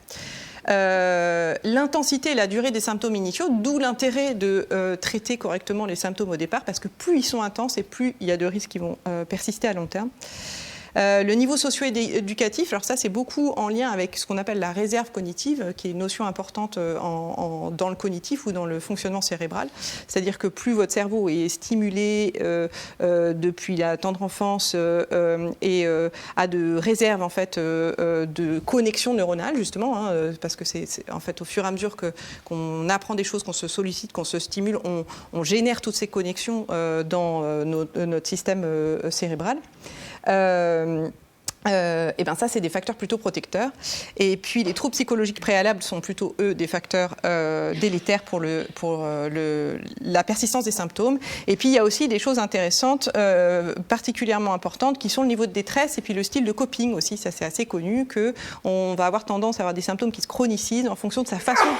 Le coping, c'est faire face, c'est faire avec, c'est faire face en anglais. Et on a plusieurs stratégies psychologiques de coping qui existent. Et il y en a qui sont plus ou moins efficaces, plus ou moins adaptés selon la situation. Et dans la situation du traumatisme crânien léger, de la commotion cérébrale, il y a certains modes de coping qui vont favoriser une bonne récupération et d'autres modes de coping qui vont plutôt être en lien avec une persistance de symptômes handicapants. Et alors, qu'est-ce qu'on a justement comme symptômes à long terme ? C'est les mêmes, sauf que généralement, au début, c'est très floride, il y a énormément de symptômes dans tous les sens, et puis finalement, au fur et à mesure du suivi, ça se concentre sur quelques symptômes majeurs qui vont être les plus gênants, et c'est ceux-là qu'on va prendre en charge. Et dans mon expérience, il y a quand même très souvent, les symptômes les plus invalidants à long terme vont être les symptômes cognitifs, c'est pour ça que je vous en parle particulièrement. Alors, les symptômes cognitifs, encore une fois, ils sont très nombreux, les symptômes intellectuels, les limitations intellectuelles. Souvent, les tests à distance sont normaux ou subnormaux. Alors, on n'a souvent pas la référence pré-lésionnelle, donc on n'a pas la comparaison avec le pré-lésionnel. Donc, pour des personnes qui avaient un niveau assez élevé, s'ils sont dans la norme, on ne sait pas exactement s'ils n'ont pas perdu. Et eux, ils peuvent nous décrire qu'ils ont perdu, et on n'est pas forcément toujours à même de le mettre en évidence avec nos tests à nous. Mais par contre, ce qui est très souvent présent et qu'on met mal en évidence avec nos tests dans un environnement assez calme, sur des temps dédiés, pas forcément très longs dans les tests, c'est l'endurance cognitive. Et ça, c'est le grand classique qui revient tout le temps, c'est une perte d'endurance cognitive, c'est-à-dire les gens, ils sont capables d'avoir une bonne performance sur un certain temps, mais parfois au bout de 20 minutes, il n'y a plus de son, plus d'image, ils ne sont plus capables de rien, des vraies éclipses en fait, c'est-à-dire là, ils sont vraiment plus capables de rien, le flou total, ou bien alors ça s'exprime par des maux de tête, ou bien alors ça s'exprime par une chaleur, etc. Mais en tout cas, ils ne peuvent pas tenir longtemps sur de la concentration. Vous imaginez, 20 minutes, ça ne fait pas beaucoup. Parfois, c'est une intolérance aux écrans au bout d'un certain temps, etc. Et puis après, il y a des symptômes assez classiques, variés, je vous les ai mis, qu'on retrouve assez souvent, qui se mélangent avec tout ça. Et alors, quel est l'impact de tous ces symptômes ? C'est ça l'enjeu, parce que finalement, effectivement, on parle de l'encéphalopathie traumatique, qui est donc ces fameuses démences dont Marc parlait, qui ont beaucoup fait parler, parce que effectivement, c'est ça qui a levé le signal, l'alerte sur les commotions cérébrales dans le sport, sur la répétition des traumatismes tout au long d'une carrière. Mais finalement, l'enjeu le plus fréquent, ça va être ça. C'est-à-dire que parfois sur une commotion ou sur 2 ou 3 commotions sur une saison ou sur quelques années, on peut avoir des symptômes qui peuvent persister et être très invalidants sur un handicap qui est complètement invisible, mais qui est vraiment réel, puisque si vos capacités d'endurance cognitive sont très très diminuées ou vos capacités de concentration, de mémoire, etc. sont très très diminuées, là vous allez avoir un impact potentiellement majeur sur vos capacités de reprendre le sport, bien entendu, mais aussi sur tous les éléments de la vie, c'est-à-dire le travail, la famille, les loisirs, et ça, c'est des choses qu'on voit au quotidien, avec des gens qui ont du mal à reprendre la vie qu'ils souhaiteraient, comme avant. Alors, qu'est-ce qu'on peut faire sur les prises en charge ? Sur les prises en charge, l'idée, c'était pas de faire un topo sur la prise en charge des symptômes chroniques des commotions cérébrales. Donc, je vous donne juste les grandes composantes, en fait, sur les suivis qu'on fait. Il y a le traitement des symptômes, bien entendu, symptôme par symptôme. Il y a des prises en charge qui peuvent être médicamenteuses, non médicamenteuses. Si c'est une dominante de maux de tête, ça va être les maux de tête qu'on va prendre en charge, etc.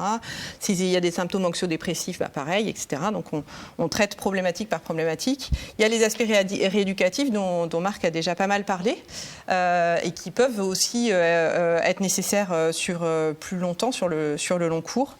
On va ajouter à ça de la rééducation qui peut être aussi sur les fonctions cognitives qu'on ne fait pas forcément en phase aiguë. Alors juste dans les conseils de retour, on a parlé du réentraînement aérobie, du retour au sport. classiquement, dans les recommandations, la reprise des activités cognitives, elle se fait après la reprise des activités physiques. Généralement, on commence par le physique et on se donne plus de temps avant de pousser sur le cognitif pour éviter des majorations de symptômes. Mais au long cours, bien entendu, là on n'est pas du tout dans le même enjeu de récupération comme au tout début. Et donc là, on va faire du travail cognitif. Il y a toute une composante de psychoéducation, c'est d'aider la personne à comprendre comment elle fonctionne maintenant, quel est le mécanisme de ses symptômes et de ses problématiques et comment elle peut s'y adapter. Et puis aussi justement l'adaptation, parce que s'il y a un handicap important à cause des symptômes qui restent très présents, eh ben, il va falloir modifier probablement certains modes de vie, rythme de vie, projet de vie. Donc là, sur le sport, ça peut effectivement remettre en cause certaines carrières, bien entendu. Et donc là-dessus, il y a tout un accompagnement et un soutien à faire avec des structures qui sont dédiées sur les aspects de réinsertion pour les personnes. Alors là, j'ai parlé de l'échelle individuelle, mais l'échelle à laquelle on pense aussi, à laquelle on réfléchit aussi, c'est l'échelle de santé publique, c'est-à-dire comment on fait pour faire en sorte qu'un maximum de personnes aillent le mieux possible. Finalement, c'est ça. Et donc, je voulais revenir là-dessus parce qu'on a beaucoup parlé, on a beaucoup utilisé le mot prévention sur ce que c'est que la prévention. Alors, 3 types de prévention. La prévention primaire, c'est éviter qu'apparaisse une problématique en santé. Et donc ici, c'est éviter les chocs. Donc là, vous avez eu les chocs ou les traumas, tout type de trauma, accélération, décélération, ça aussi, c'est des traumatismes cérébraux. Donc ça, vous en avez entendu parler, c'est ce que font ce sera le rôle des fédés de plus en plus. Et de la réflexion dans le sport.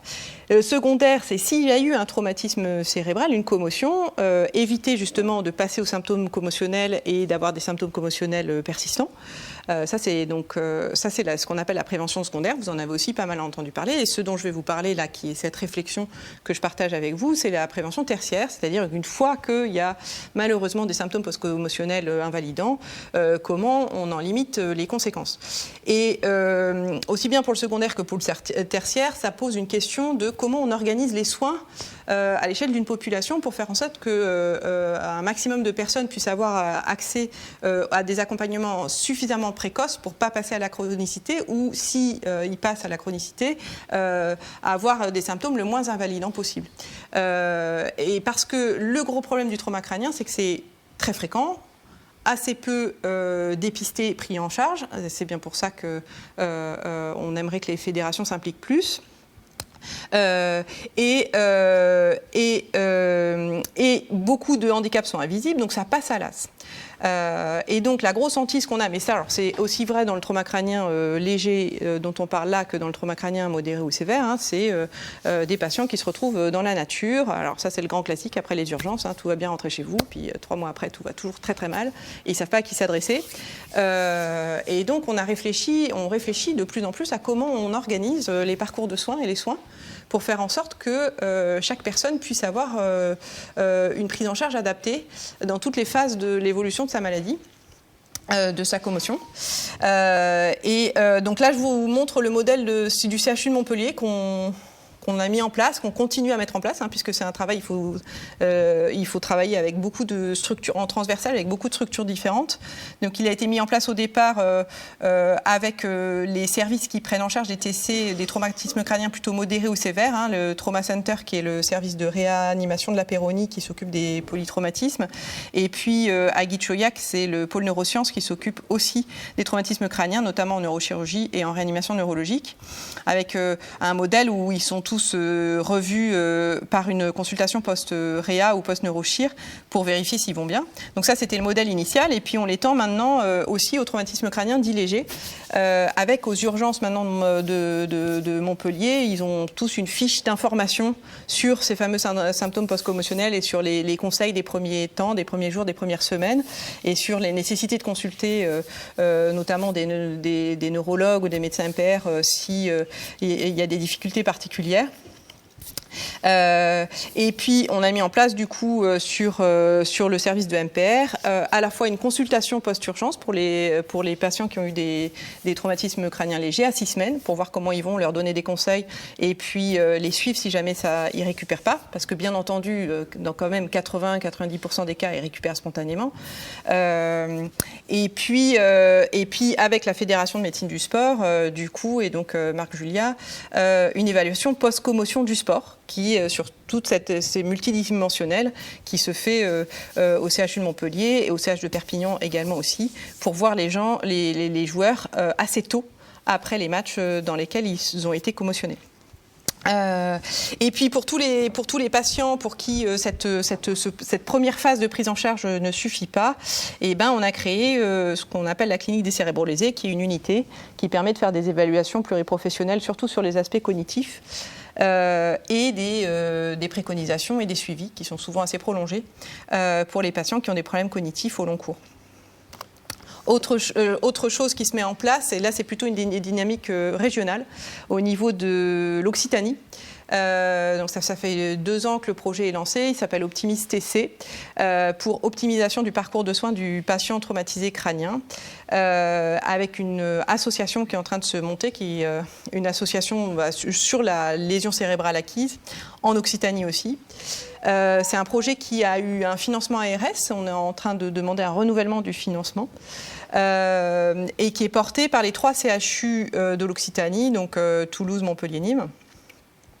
Et dont l'objectif est justement de mettre en place et d'améliorer les parcours de santé partout sur le territoire, puisque l'idée c'est bien sûr qu'il n'y ait pas des gens qui se retrouvent en dehors de parcours de soins adaptés parce qu'ils n'habitent pas au bon endroit, ce serait quand même dommage, et de mettre en place donc des réseaux de soignants, qu'on sache qui fait quoi où, et qu'on sache à qui adresser les personnes en fonction de leurs problèmes et de leurs besoins, et d'avoir aussi des outils. Donc on a créé un site internet avec, que vous pouvez voir, un parcours cérébraux lésés, il s'étoffe petit à petit. D'ailleurs j'ai pris des petites notes de choses qu'il faut que je rajoute, hein. Je vous demanderai un peu d'aide là-dessus, pour à la fois donner des informations aux personnes et aux professionnels, à la fois donner des informations sur le parcours de soins idéal et puis comment essayer de naviguer là-dedans. Il y a un annuaire de professionnels qui est là, qu'on étoffe aussi petit à petit pour trouver des professionnels adaptés un peu partout sur notre territoire, sur notre région. Voilà, pas mal de choses différentes. Et maintenant, il y a un nouvel petit encart ici, là d'ailleurs, que j'ai pas mis parce qu'il est trop récent, qui est une Outitech avec un certain nombre de fiches d'information. Et d'ailleurs, on a fait une fiche d'information traumatisme crânien léger, dans laquelle je vais peut-être rajouter des informations nutritionnelles parce qu'elles nous manquent. Ce sera pas mal, je vais leur dire de manger des myrtilles. Donc, vous voyez, c'est en cours au fur et à mesure.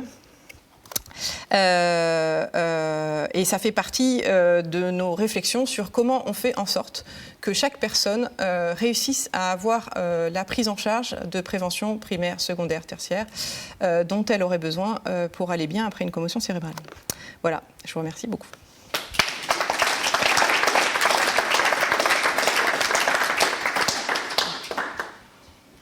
Bien, merci. Si vous avez des questions, c'est maintenant.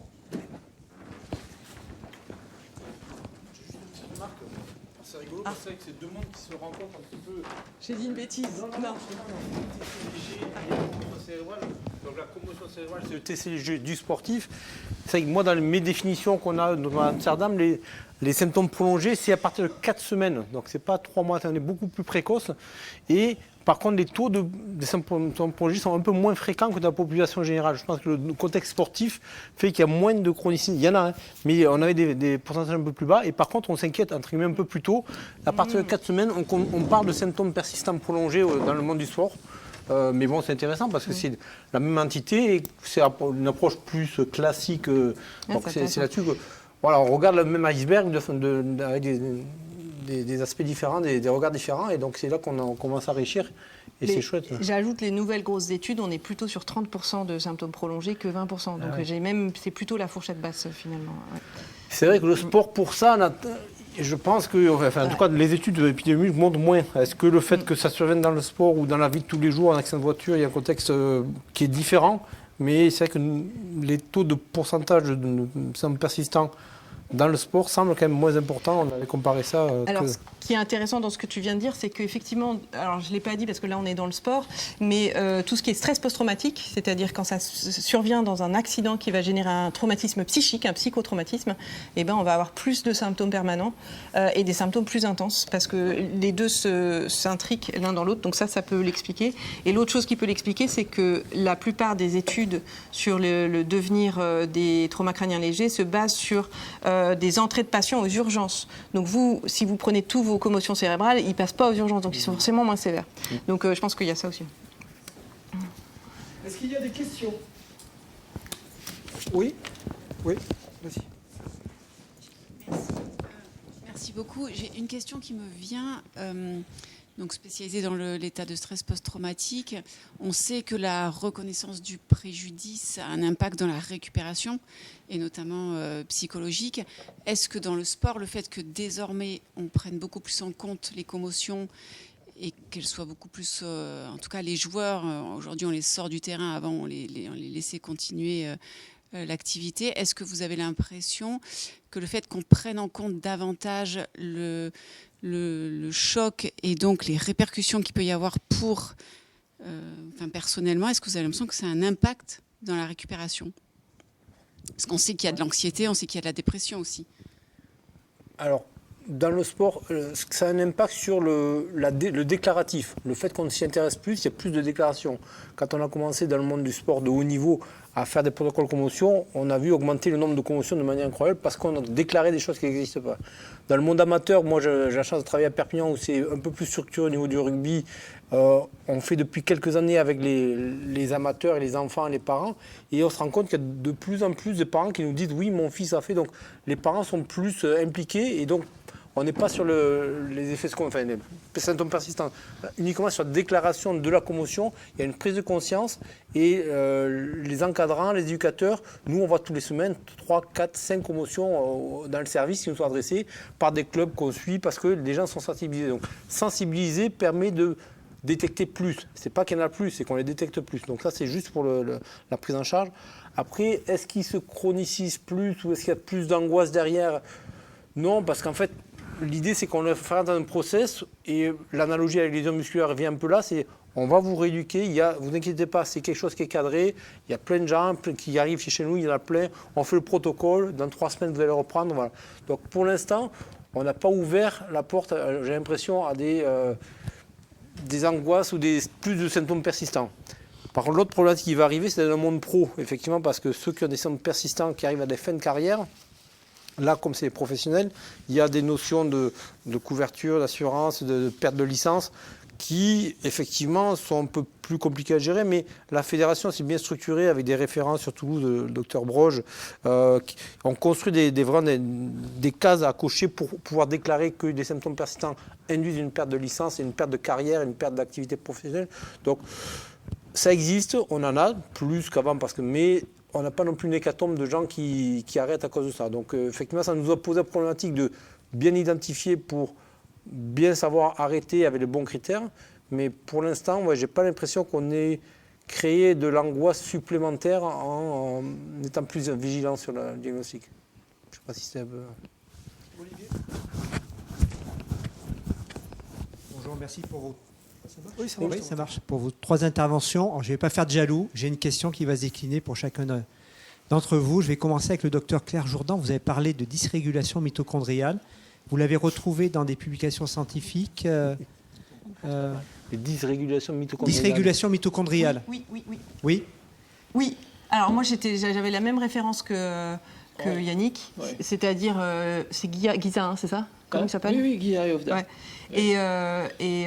Mais par contre, je ne suis pas capable d'en parler plus que ça, honnêtement. Yannick répondra à 2 questions, du coup, il est déséquilibré. Alors, Marc, c'est une dysrégulation mitochondriale, peut-être sur le... Bon, il y a une atteinte du système aérobie Oui. sur une certaine période. Marc, quand tu remets en activité les traumatismes cérébraux, et non pas crâniens, ou les commotions cérébrales, est-ce que tu le remarques ça soit tu fais une épreuve d'effort, je ne sais pas ce que tu fais, ce que tu leur proposes. Est-ce que tu as l'impression qu'ils sont un petit peu en difficulté sur le système aérobie, ou alors Non. parce que tu leur donnes un seuil tellement bas que pour eux, c'est très facile. Exactement, on n'est pas sur une déconditionnement périphérique ou cardio-respiratoire qu'on peut rechercher chez les pathologies chroniques avec un problème mitochondrial périphérique. On est vraiment sur des symptômes qui se majorent avant même. Donc nous, c'est à 100 battements minute, 105, il y a des symptômes qui sont très loin. Donc on n'est pas vraiment, on ne peut pas considérer que c'est la pathologie de la mitochondrie qui génère l'inadaptation à l'effort. On est plus sur des symptômes qui se majorent, autres, que ce soit des maux de tête, une fatigue. Donc voilà, on n'est pas vraiment. Ça pourrait, mais on est trop aigu et on n'est pas vraiment sur l'exploration de la mitochondrie quand on fait nos tests de provocation de symptômes. Alors, c'est 2 praticiens hospitaliers du CHU de Montpellier. Il y a l'utilisation. Ah, je ne parle pas assez fort. Ça résonne bien, non? C'est bon? Ouais, non, on te reçoit très mal. Mais, ok, je vais avancer, Yannick. Pour les 2 PH du CHU de Montpellier, il y a l'utilisation de la luminothérapie sur les problèmes mitochondriaux, sur plutôt les algies pelviennes et autres. Alors, je sais que dans un premier temps, c'est plutôt mise au repos dans le noir, c'est ça? Est-ce qu'on ne pourrait pas imaginer dans un deuxième temps la luminothérapie? La mise dans le noir, c'est fini. Aujourd'hui, on fait. Après, la photobiomodulation dont tu parles, effectivement, c'est quelque chose. À Montpellier, on est bien placé parce qu'il y a une boîte qui a développé ça. Effectivement, il y a une équipe très sérieuse sur Grenoble qui travaille dessus. Je ne vais pas non plus trop dévoiler, mais il y a un protocole vraiment de qualité qui est en place entre Toulouse et Grenoble, où ils incluent les patients qui ont un symptôme prolongé avec de la photobiomodulation pour preuve d'efficacité. Il y a une première étude qui a été faite sur Montpellier et à Paris, à l'hôpital Georges Pompidou, de non-nocivité de la technique, qui a été démontrée, donc en disant que ce n'était pas nocif de le faire, mais aujourd'hui, preuve d'efficacité, il n'y a pas encore d'étude. Il y en a une qui vient de monter récemment, un gros projet, et moi j'ai envoyé un patient pour un... Donc voilà, on est encore, on le questionne effectivement, mais il y a du rationnel effectivement de l'effet de la luminothérapie sur l'activité mitochondriale et potentiellement... Alors après, voilà, le problème c'est qu'il y a tellement de placebo aussi dedans que c'est une étude qui est bien montée avec un casque sham, donc les patients sont persuadés d'avoir le traitement, et voilà, donc je pense 2-3 ans on pourra répondre sur l'efficacité de...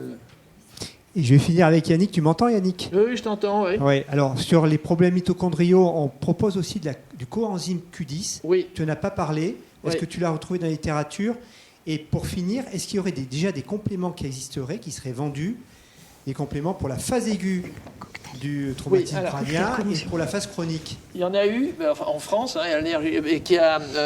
alors, Marc connaît aussi bien le problème que moi. Il y a eu un complément qui avait été proposé par l'équipe de Toulouse, de Lyon, je veux dire, de Nergy, et qui a été supprimé par un manque de clientèle. Il y a un complément américain qui s'appelle l'anzogénol. Alors le problème, c'est que ce complément américain, j'ai essayé de savoir ce qu'il y avait dedans, et je ne l'ai pas trouvé. Donc, j'aurais tendance à me méfier des compléments.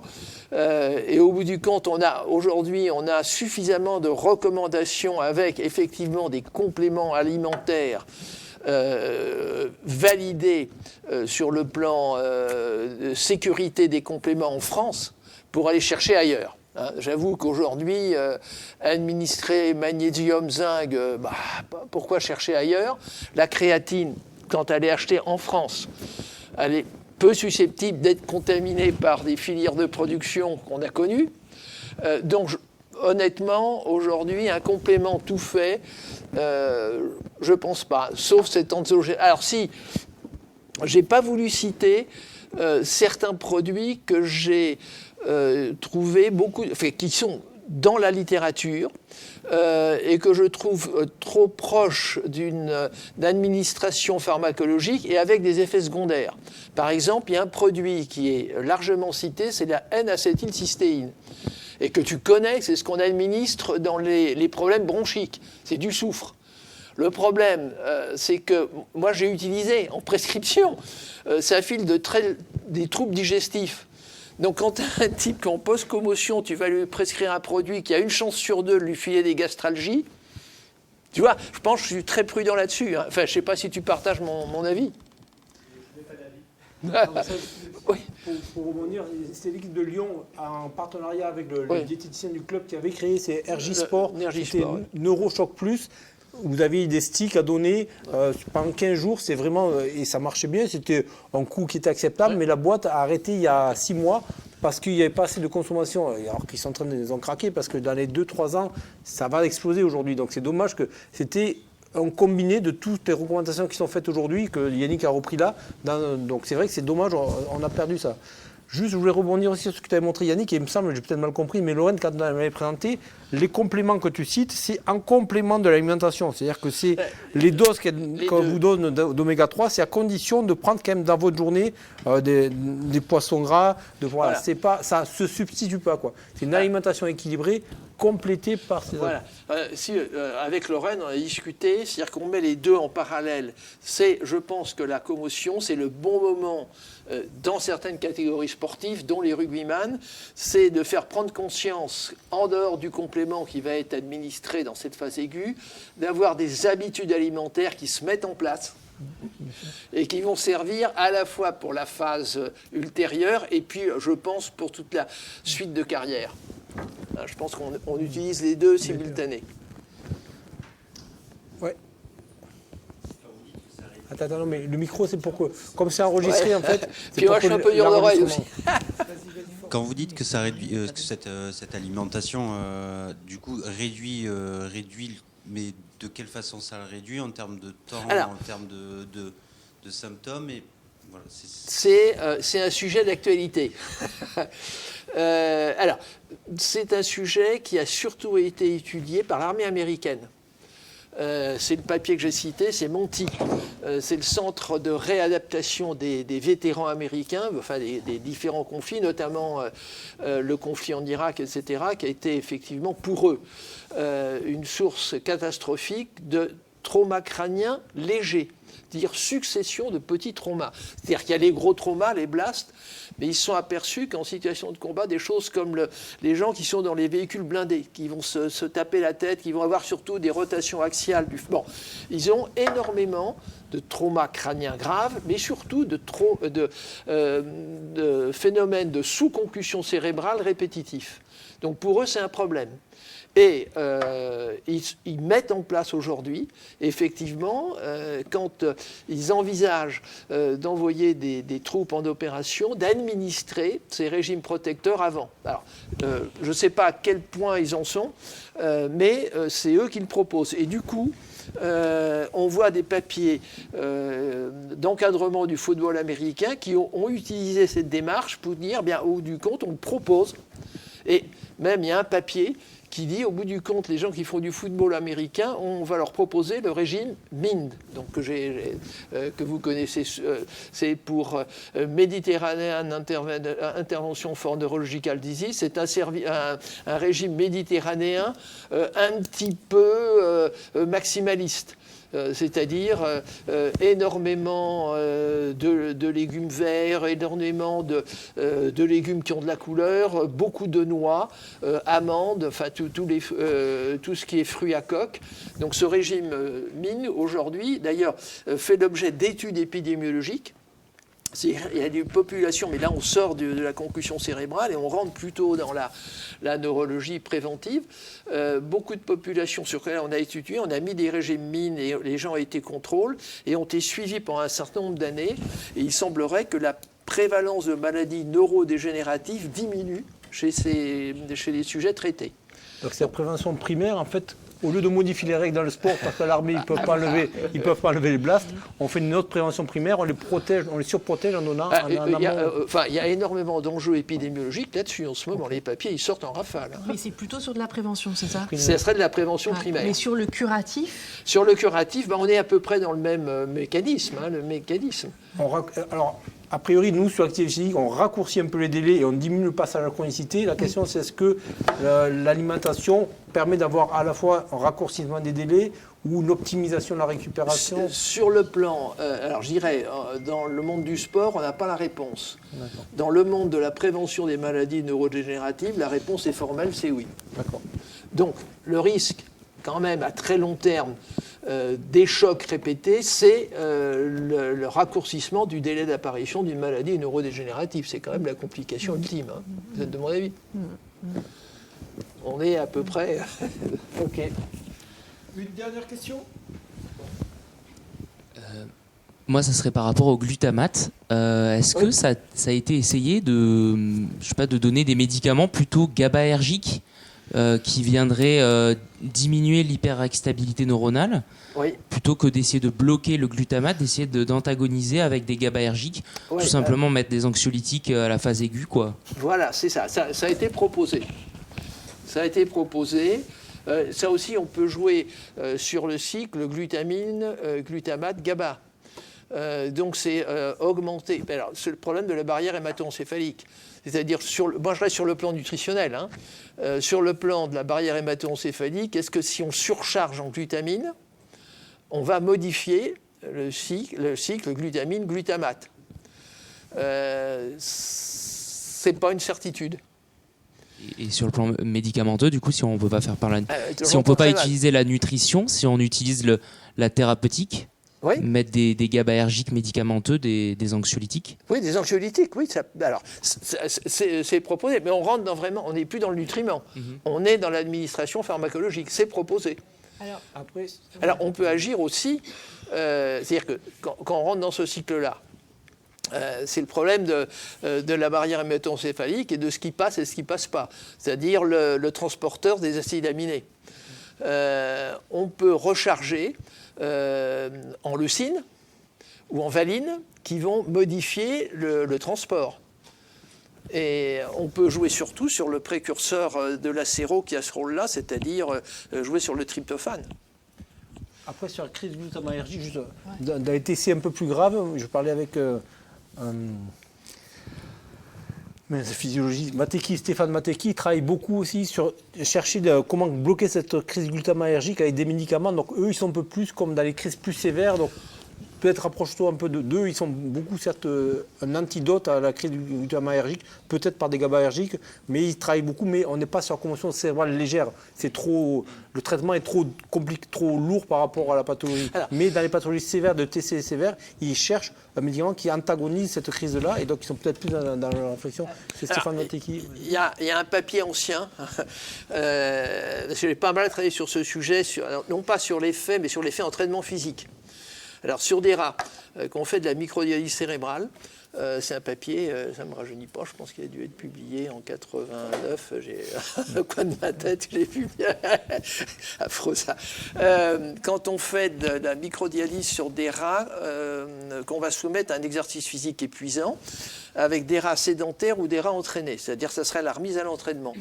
L'entraînement physique joue effectivement en augmentant la glutamine cérébrale et en diminuant la production de glutamate.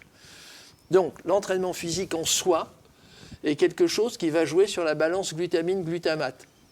Alors, je n'ai pas la réponse. Nous, on l'avait fait sur des rats qu'on entraînait 3 semaines. Je n'ai pas la réponse sur l'homme qu'on va réentraîner de façon sous-maximale. Mais ça reste une hypothèse. C'est-à-dire que l'entraînement physique en soi est un moyen de diminuer le glutamate et la réceptivité NMDA.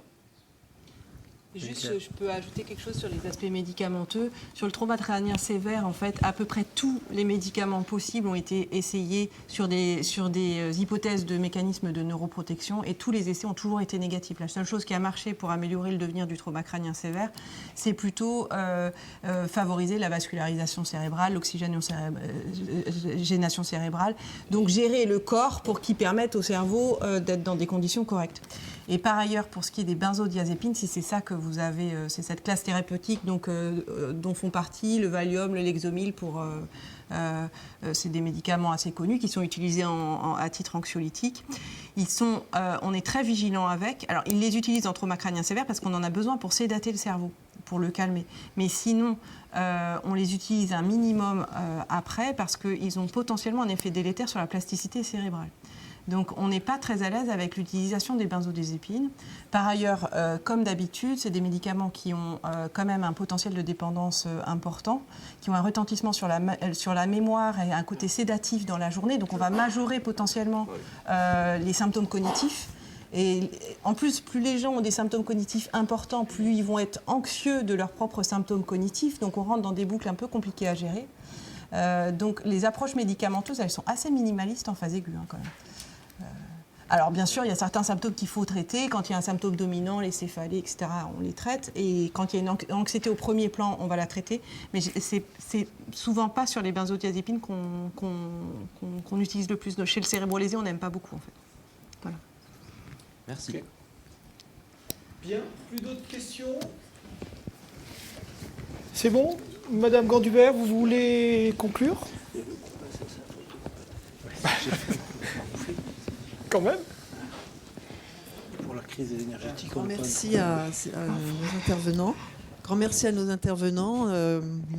En tout cas, nous, on a appris plein de choses. Je me tourne vers Alexandra et Marina parce qu'on a travaillé un petit peu là-dessus, mais on a découvert plein de choses. Donc, merci beaucoup. On aimerait savoir si on pouvait, et aussi ceux de JC, avoir vos diaporamas. Oui, bon, bah, super. Merci beaucoup. Et puis, merci à tout le monde d'avoir été présent et d'avoir été, comme nous, intéressés. Et on espère que l'an prochain, quelque chose se passera. Hein. Oui. Peut-être tu peux terminer là-dessus? Oui, alors d'ores et déjà, juste pour information, un certain nombre de structures nous ont contactés pour territorialiser ce format-là, c'est-à-dire aller sur des communautés de communes, puisque nous avons pas mal de structures type maison sport santé qui sont assez intéressées, notamment, je parle à Olivier, la clinique Ster avec